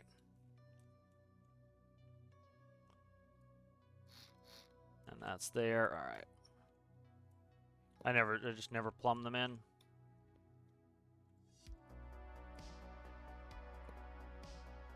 So I'll check and see how long I've been working on this one. Not very long on this build.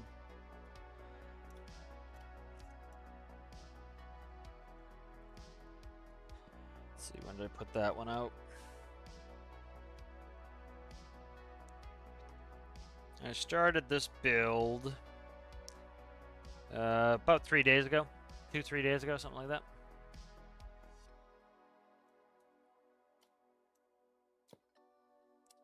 This is the third live stream of working on it, and then I worked on the kind of the chassis of it, the fuselage of it, while I was editing the build challenge video.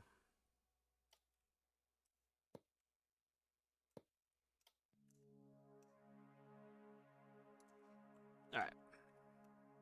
So we should be plumbed now and should be able to receive fuel at our engine. So let's go take a quick flight.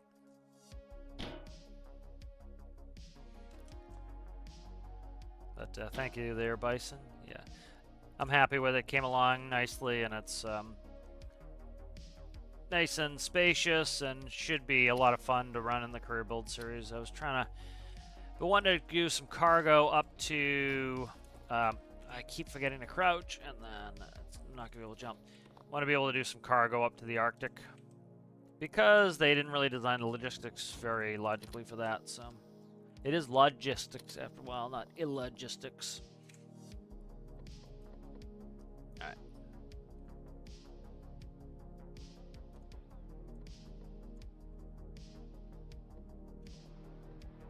There we go. That sounds better.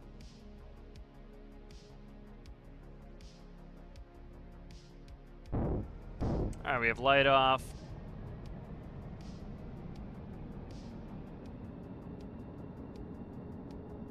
We'll see you later, Citrus. Thanks for hanging out.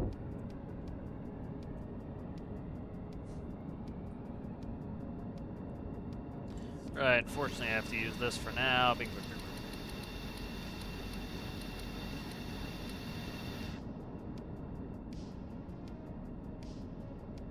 So we'll take off. We'll do a kind of a standard plane takeoff here.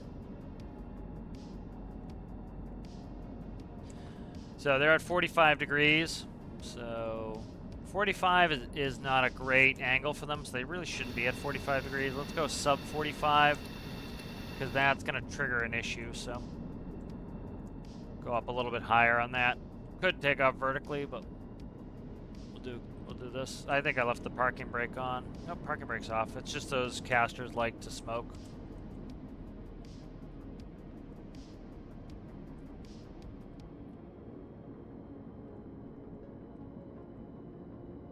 All right, let's put the gear up. So the gear is connected now. So the gear, I should be able to fold my gear. So just need that front panel to work on. I have an idea with that as well. I have a better idea for the front panel to make the gear panel. All right, so we are now, let's go ahead and put the AP on just for a second. I'm gonna go ahead and push these all the way forward. It's very docile, so like I can slam the rotors full forward like that, no problem. I was having a little bit of a roll issue. It's not too bad. I need to increase the yaw. I think I did. You know, each plane I have to go in the autopilot and tune it for the how much rudder it's going to need. So let's go to 2,000 feet. Altitude hold. Let's go 218 is my heading. 218. Heading hold.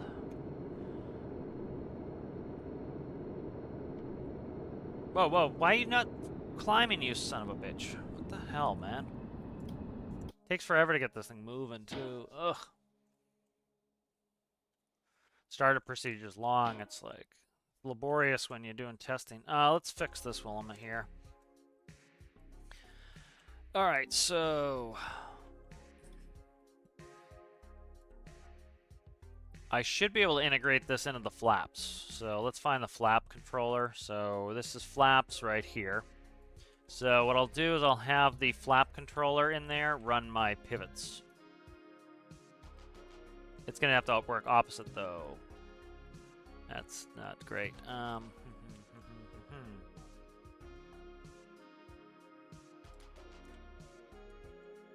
Whatever, we'll do it like this for now. But that should get the flap controller to run it. So actually, I need to read back. Let me check the flap controller really quick. AGL, linear speed, spoilers. Thrust lever position, spoilers, okay. Alright, so that'll at least let me control it without having to use that throttle to move them, and they'll move a little bit more smoothly. So we'll go do a vertical takeoff, we'll transition to forward flight. I wasn't really paying attention, I let the autopilot crash me.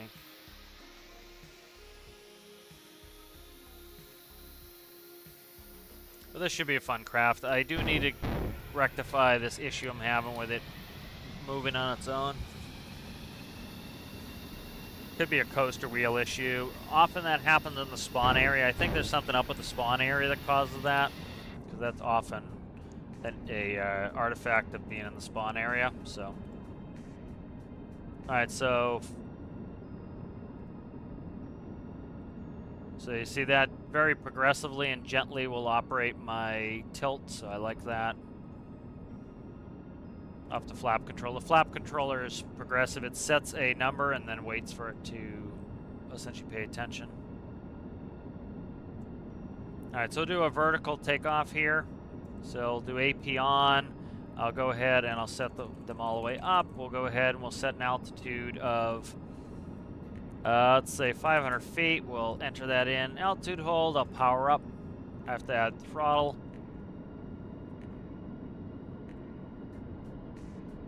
And there it goes.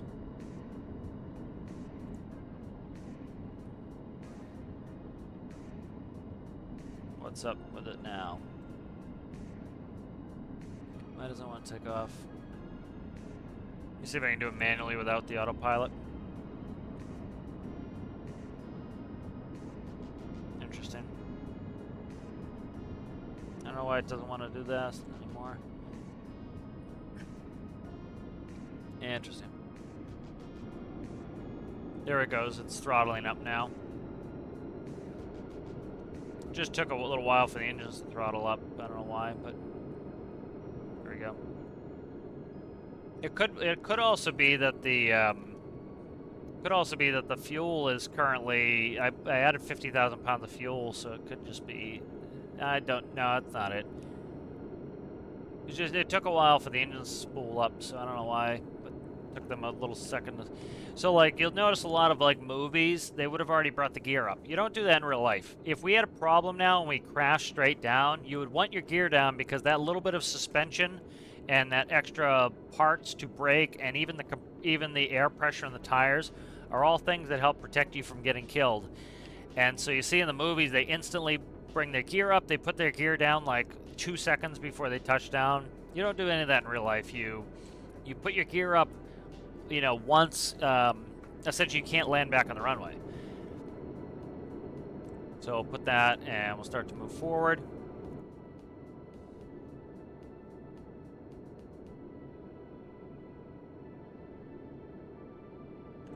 So now, once there's no runway available anymore, that's when you put your gear up. So we're in stabilized forward flight. So I wonder if I didn't set my... So we're going a little bit on the slow side here. Let's see. All right, let's go down another notch. There we go. We're starting to speed up there. There we go. Okay, good. But yeah, so this should be fun for... This should be fun for moving some containers, moving some of my vehicles. But I really like the design. It's fun, and I enjoy it.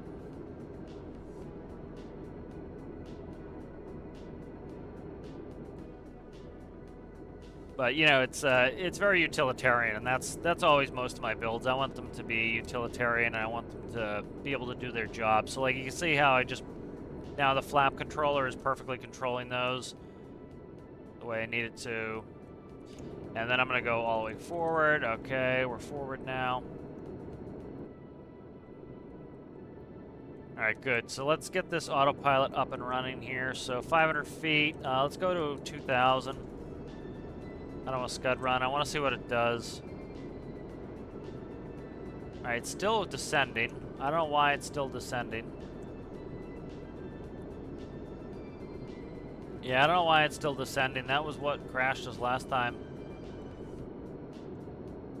Interesting. Could just be because I added a... All right, so I brought some prop in.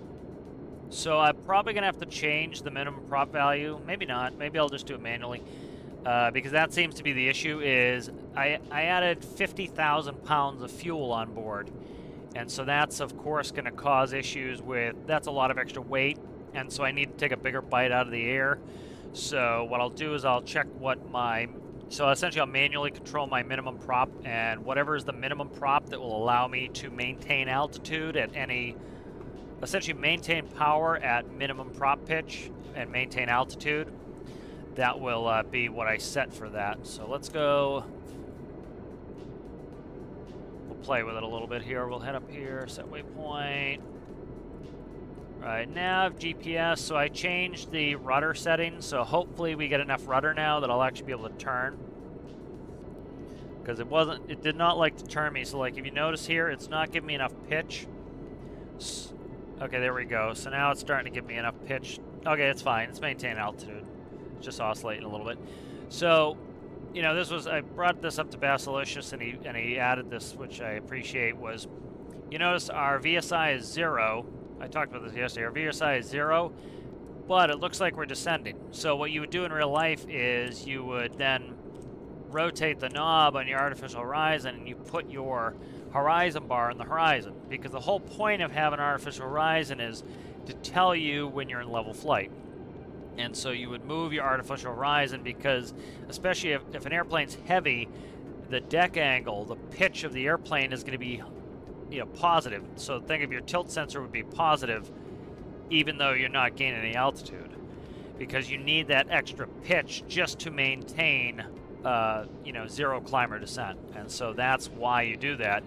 So like say we only had 5,000 pounds of fuel in here, 1/10 of our capacity, you know, our deck angle would be lower. You know, and that's why, for example, a lot of airliners, when they're full of fuel and they're doing like long international flights, like notice we're not turning here. Have to fix that.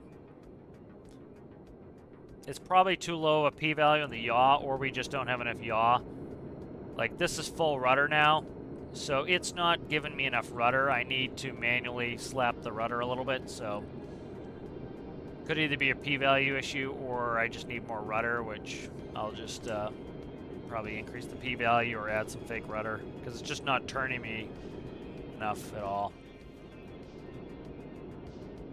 You notice the rudder is turning as I roll. I have that system set up. It's just not enough, so it's probably a p-value issue.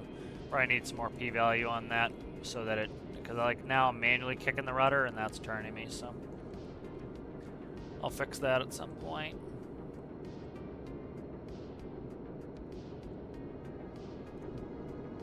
All right, so now we're at 135. Let's start bringing our prop back some more. We'll go to max speed.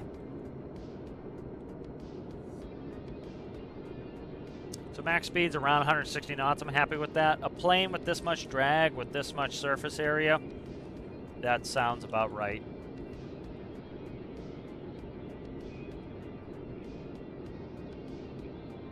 So we're running at, I think that's just straight RPM. So let's do 790 divided by 60. We're talking, that's 13 RPS rather. Right, and let's look. I didn't hook the fuel gauges up. Gens are coming on. I don't have electricity turned on, so it doesn't matter. But so it's gonna get an APU. It needs an APU. It needs ground power. It needs fuel. And it's probably just gonna get Albatross's ground service panel stuck somewhere. Wing ice needs to go in there. I need to put the heat system in. Oh, you know what I wonder? I wonder if it's a hydraulics problem that I'm having. That could be it, because I set the hydraulic system so that I set the hydraulic system up so that if I don't have enough hydraulic pressure, it will decrease my control surfaces. So that could be it too. That might be it, because I have a simulated hydraulic system in there.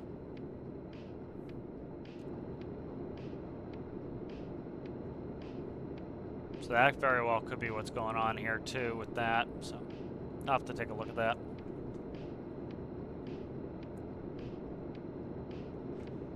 Let's see. Why is this reading? Let me see where I'm headed here. Looks like, let me check the, okay, no, it's working. The bearing panel's reading wrong, so I must not have hooked the physics sensor up to the bearing. But it looks like we're going where we're supposed to be going, so. So it looks like about 160 is our max speed, and then as I increase the prop pitch, we're gonna go to max efficiency. And so that's gonna overload the engine, so about 13 RPS is what max speed was. So I'm going to start to bring up max efficiency. And what max efficiency will do is we're taking a bigger bite out of the air, which is making our engines more efficient. But it's slowing them down, which is burning less fuel. So if you notice, we've lost 40, not even 40 knots. We've lost about 36 knots, something like that. 37 knots. And our, let's check our RPM value is 350. 350 divided by 60. So we're down to 5.8. So we were at, what we're at, 13. So we're at about 13 RPS to go 160 knots. We're now going 122 knots, 122. And we're currently at 5.8 RPS. All right. So we do 5.8 divided by 13. So we are about 44% of our RPS. So that's giving us a lot of fuel savings. So that's about a 56% fuel savings. And we've only lost, I screwed that up, 122 divided by 160. So we've only lost 30% of our speed, but we've gained 60% in fuel efficiency. So you can see why, you know, in real life they'll do this max efficiency setting, is because you're saving double the fuel for the amount of speed you're losing. So yeah, we lose some speed, but we're saving so much more fuel. It is worth pulling the props back and going to max efficiency. I have to see what's up with this. I think the roll is, so the way that my system works here is the yaw is tied to the tilt sensor, which is probably because I didn't hook the physics sensor up in there. And so the way that works is as the plane rolls, it automatically adds some rudder to simulate real life how it would behave. And so I need to fix that system up. But simulate hydraulics. Yeah, so the way the simulated hydraulics work is essentially, I don't think they're hooked up right now, but I have, if the engines are running and they're over a certain RPS, they will make hydraulic pressure. And so I'll probably end up trying to do it real once we get the pressurization update. But if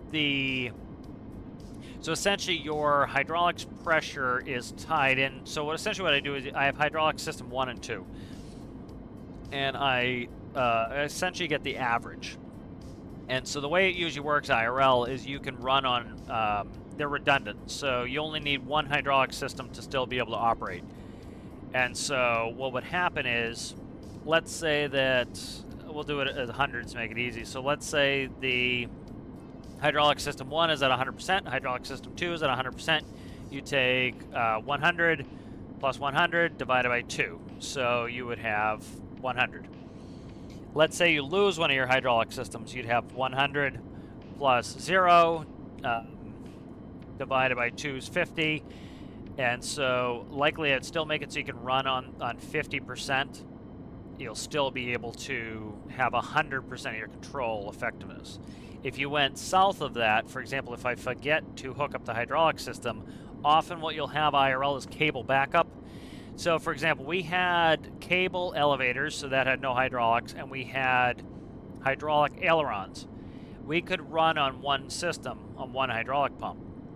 If we lost the hydraulic pump, we were still fine. We still had full hydraulics. If we lost both hydraulic pumps, we could still work the ailerons with the cables, but it would be 250 pounds of force we'd have to put on the ailerons.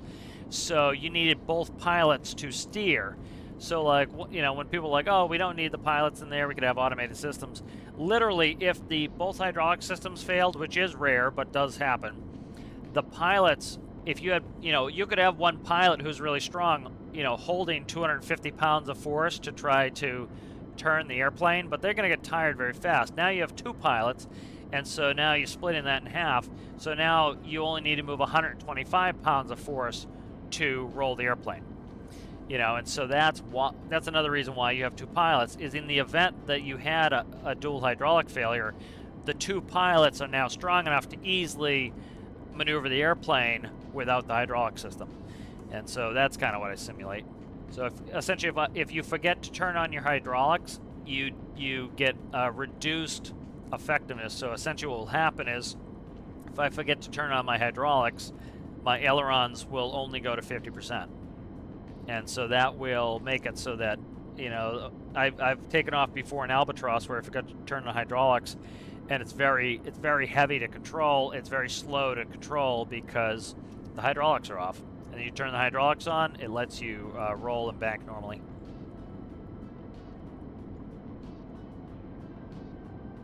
So they're going to need a little bit of autopilot work, but it's not too bad a shape. Let's see what's going on. That's why it's banked. That's why we're having issues. It's trying to go on here. Let's see. Notice it rolls out if I take the autopilot modes off. So you can tell it's the autopilot. The autopilot does not yaw me. What the autopilot does is roll me, like it should. And then the yaw is automatic. Based on the tilt angle of the wings, it will then add the appropriate amount of yaw to keep me coordinated. Coordination is keeping the ball in the center. So all it does is roll me, and then it auto yaws like this to bring me on target. And then it will automatically start to roll out, and then the yaw will roll out naturally. So that's the way the system's supposed to work. So as you can see, I shut off those modes, and now we're wings level. So that diagnoses that problem. It's just likely I didn't hook the physics sensor up correctly. And then I have fixed pitch propeller, or fixed. I have constant speed propellers. So what I'm doing is I set my power with my throttle. That's what I set my power with. All right. Then I control the RPS of my engines with my propellers. If I want less RPS with the engines, it's as though I'm pulling the propellers backwards, and I want to reduce my RPM. So I pull the prop levers backwards, which are actually right here. Props are all here. So I could manually do each engine. I don't want to touch those right now, especially with a VTOL. That would screw me all up. But and then that's what's controlling that. So there's actually a PID. Like if I were to go up on my props, you'll notice I'm commanding the RPM to come up. And what it's going to do is, the only way it knows how to get that RPM up is to make the blades decrease pitch. So you see the pitch is decreasing on there. And so the PID is automatically changing the pitch of the blades to maintain the RPM that I set. And that's how it does it in real life. So you pretty much set your power and then in your pitch settings. And then, for example, like if I wanted to slow down, I wouldn't, like say I want to slow down my speed. We're going 150. Okay, I need to slow down to 130. I don't move the prop. I now move the power. And so we'll set the power to 130. So that's how you do a constant speed propeller. You go like that. So we're going to set the power to 130. The props are going to say where I set them. So watch my props as I change power settings. So I'm going to go full power. Now my props should eventually start to decrease. Maybe they won't. We'll see how I have it set, how it's going to go here. All right, so the props, let's see. Prop should be changing for that. Let me see if it does it. Oh, it's not going to do it because I essentially have it set for that power setting. So I have it set for 150, so I would have to change it. So like if I change this to an RPM of 613, it's going to automatically change the blades to maintain that at this power setting. So all that it really is the way it works IRL is a centrifugal flyweights. The flyweights go out and they either open or close the oil valve, and they let in as much oil as necessary to rotate the blades. And so it's all based on centrifugal motion IRL. with the prop governors. So the way you would generally do it, like you would take off, you put mixture prop throttle all the way forward, you take off. As soon as you get up in the air, what you'll do is on climb out, you'll reduce your thrust to say 25 inches of manifold. Then you'll grab your props and you'll pull your props back to 25 inches of manifold. As you're coming down, let's say you're at 25, you're going to do it backwards. So you're going to increase your prop to, say, 30 inches of manifold, and then you're going to increase your power to 30 inches of manifold. So a little bit of a complex. That's why they literally call it a complex aircraft, because that's, once you add that system in, it's known as a complex airplane. But that's one of the systems. So it works really well in game as well, because again, like if I want to save a bunch of fuel, I'm going to keep my power at max, and I'm going to bring my prop back, and I'm going to tell my the PID, hey, I want my props to maintain this RPS that I set. And so I'm bringing them back. Well, the only way they can do that is by increasing the blade pitch. So they've increased the blade pitch. Now the blade pitch is about maximum.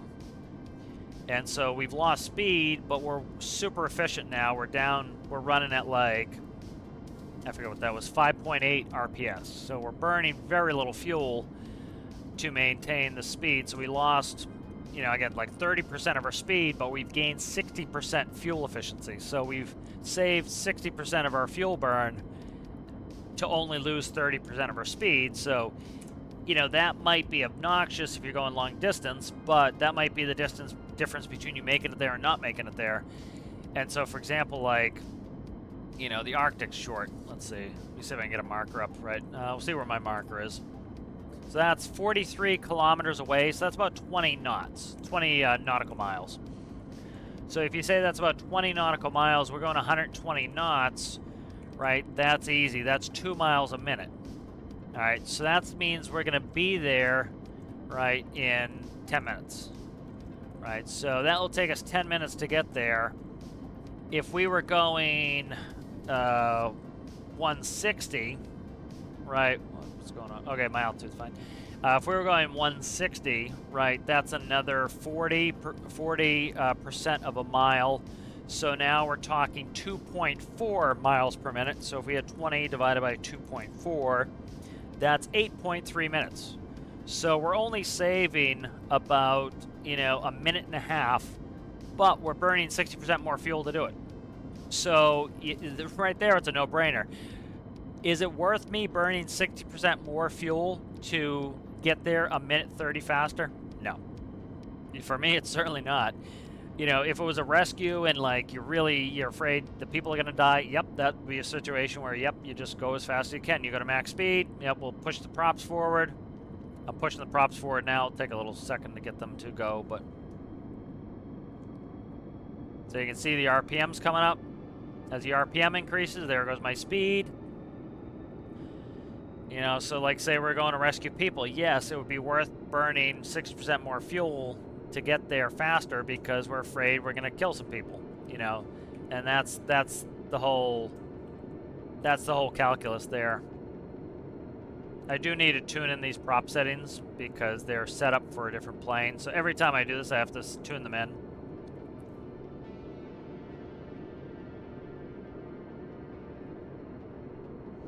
But you'll notice our blades are very flat now. And so why are we going slower? Because the props are not taking a big bite. And this is what we want for landing. For landing, we want props full forward. And the reason is, you know, you look, our speed's slow. And you're like, oh, it does, you know, some people will say, oh, it doesn't make any sense. It makes perfect sense because you're taking a very small bite. The whole point and the reason you want to land like this is if you have a very small bite out of the air, it's very easy for your engine to change speed quickly. You can slow the engines down, you can speed the engines up, you can slow them down, speed them up. And this is very important for landing, especially. If you're coming down and you start to stall, you need to very quickly be able to push your thrust up and allow the engine to spool up very quickly and save you from crashing into the ground. So, you know, literally the difference between you stalling and approaching could be as little as 5 knots. And so if you start to get slow and you start to stall, you need to be able to push that thrust up and gain that 5 knots very quickly.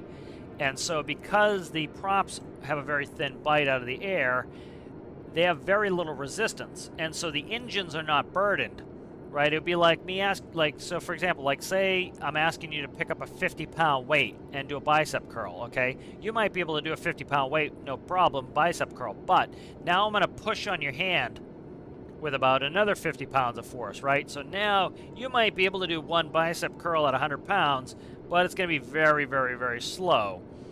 Now I say, okay, well, what I'm going to do is I'm going to reduce the weight in your hand. So I said before I have to fix this. My prop pitch is too little at minimum, as you notice. We can't maintain altitude at minimum prop pitch, so I need to fix it. But so now let's say I reduce the weight in your hand to a 5-pound dumbbell. All right. Now you can do that really fast. You can do your reps really, really fast with that. All right. So now let's say I put my hand on your hand again and I push down with 50 pounds of force. Well, that's easy. You can still move that quickly because you're now only moving 55 pounds. And so that's essentially what's happening. If you try to land with your props at full pitch, what would happen was you could not change quickly enough. So if you got slow, you could push the thrust up and it would take maybe like 10 seconds for the engine to spool up, and boom, you crash into the ground. So even though you're taking a smaller bite, it's allowing you're trading the efficiency, and even you're trading the power away for dynamism, the ability to make changes quickly. And that's why when you take off and land, you want to take off with your prop at its minimum pitch setting.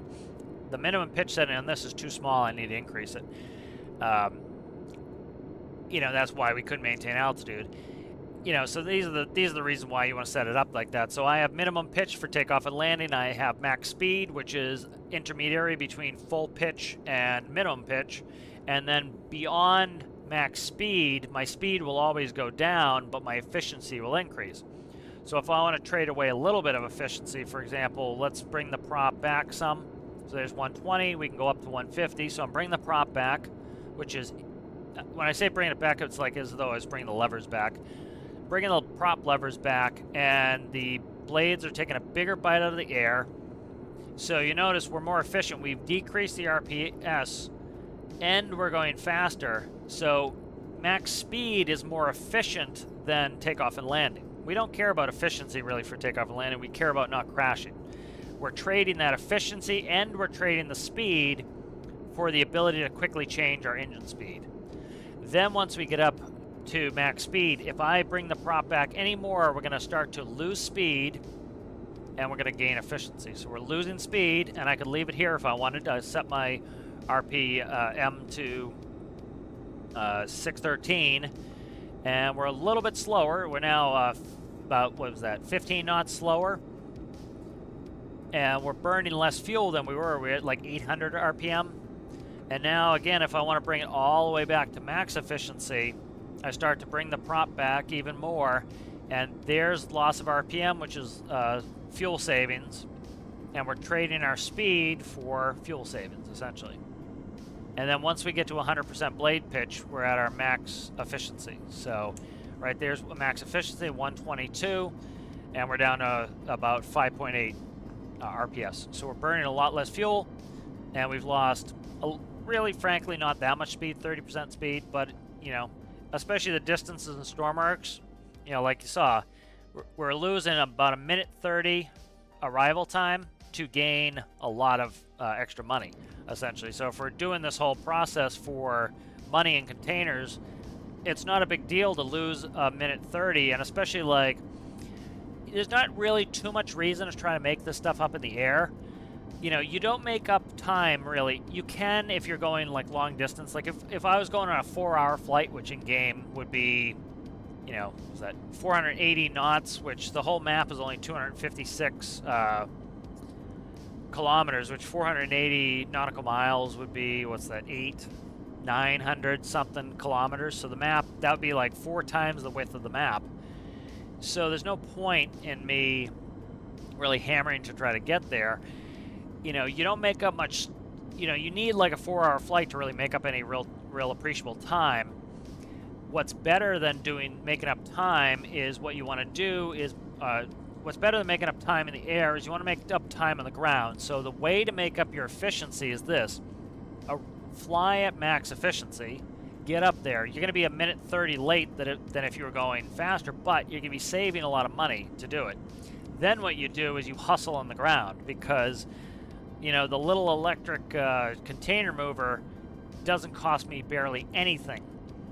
And so what I could do is I could make up 5 minutes by moving containers really quickly. And so if I move containers really quickly, I've made that time up at almost no fuel cost to me. So it's worth my time to do that. You know, so that's how you would want to make up your time, is on the ground, not in the air. So, you know, because making up your time in the air costs you a lot of fuel money. Making your time up on the ground costs you very, very little. So, you know, and that's true IRL as well. You know, it's like, for example, you know, if you think about, like, you're trying to go, you know, like, you'll see people speeding all day on the highway. Unless you're going like 8 hours that day, you're not making up anything. Like I see people speeding all the time, and it's like you literally will go to the next stoplight and they're sitting there next to you. You make up very little time unless you're on the highway for like 8 hours. You know, if you go an extra 20 miles an hour, right, you know, if your destination's only 20 minutes away, right, you know, at a third of that, you've made up 3 miles. That's it. You know, so is that worth, you know, going an extra 20 over the speed limit to make up 3 miles, essentially? Not really, because guess what? You're going to get caught at a stoplight, and most of that time you made up is gone. So what's better? It's like leaving early, doing stuff like that, or making up time on the ground. So it's like, you know, increasing your ground operations, and that's why a lot of, like, logistics businesses, they try to increase their stop time. So, for example, like, I used to, you know, I go to Connecticut every day. I go down to Hartford, and it's a 2-hour drive. Well, there's no point in me speeding because I'm going to sit down there 2 hours waiting on the load anyway. So I could sit waiting for the load for 2 hours, or I could sit, you know, so there's no point in hammering down there and waiting. You just take your time, get down there, and then you're going to sit anyway. And if they needed to make up any time, it was easier. Like, it was very hard for me to make up 10 minutes on the road. But it's very easy for them to make up 10 minutes by loading the vehicle quicker. You know, so that's kind of the whole thought process there. All right, so I'm going to go ahead and do a landing here at Tajan. Need to work on the autopilot, but in general, it's working pretty well.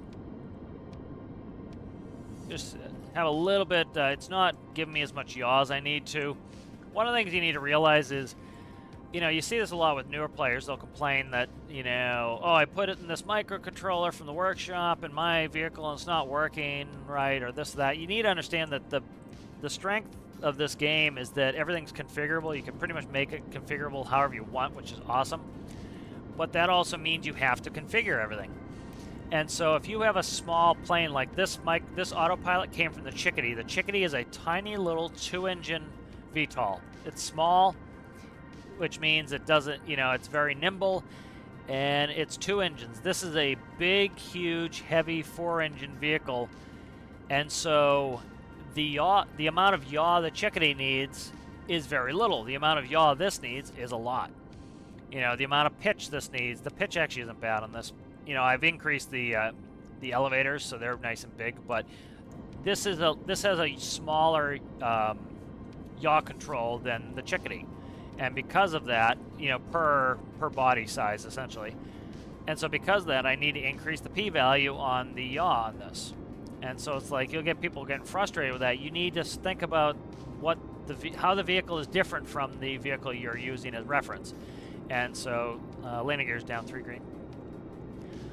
You know, and so that's why, you know, you need to do things like that, that's what informs, I need to put my rotors up a little bit. I could land conventionally, but I'm going to land like this.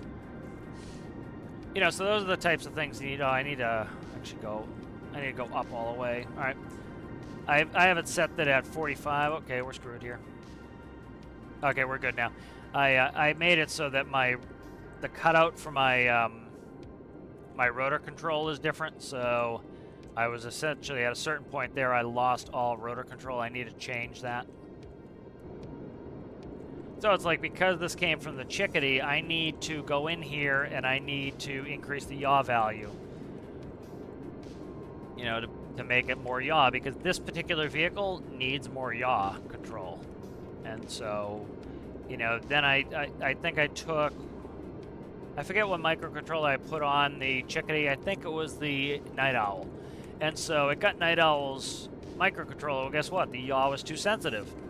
You know, so I had to decrease the yaw when I went to Chickadee. So that's one thing that you kind of have to think about is, how is my vehicle different than what, you know, than the vehicle the microcontroller came from?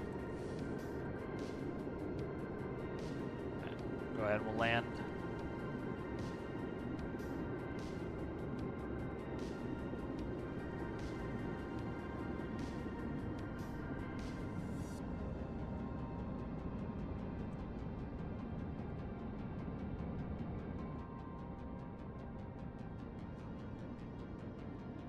So, yep, so this should have no problem going to BVG. The fuel, this has, you know, 54,000 liters of fuel on it.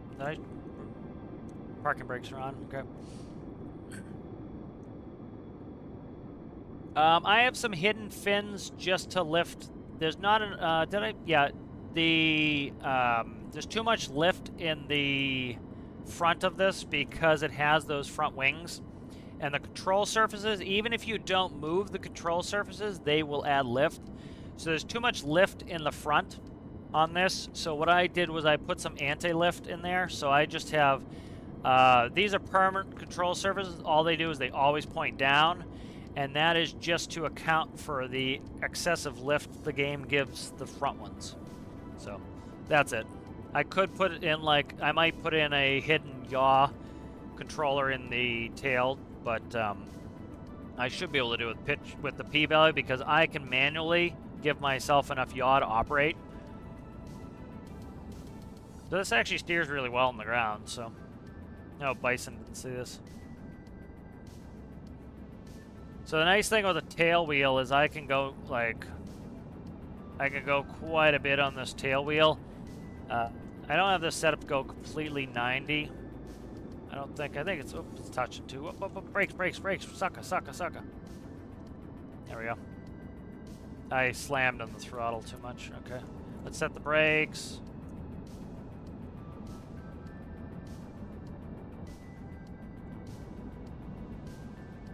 I'm actually, I have my, what's going on here with my flap controller? There it is.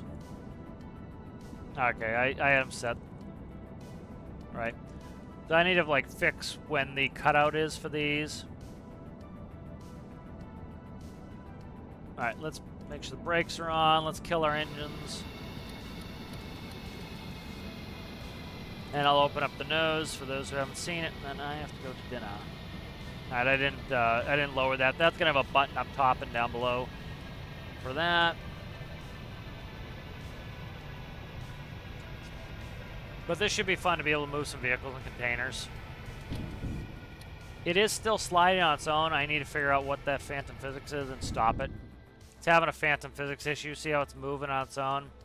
So that is a phantom physics issue. That is it being moved by two blocks being smashed against each other. So I need to fix that. So, all right, I'll recall this, and then I'm going to read some chat, and I need to go to dinner. But good progress on this, so hopefully this should be good for career build series soon. I have a couple things. I need to use Mr. G's VTOL in an episode, and then this will probably come up after that. Save it one more time. All right, let's read some chat.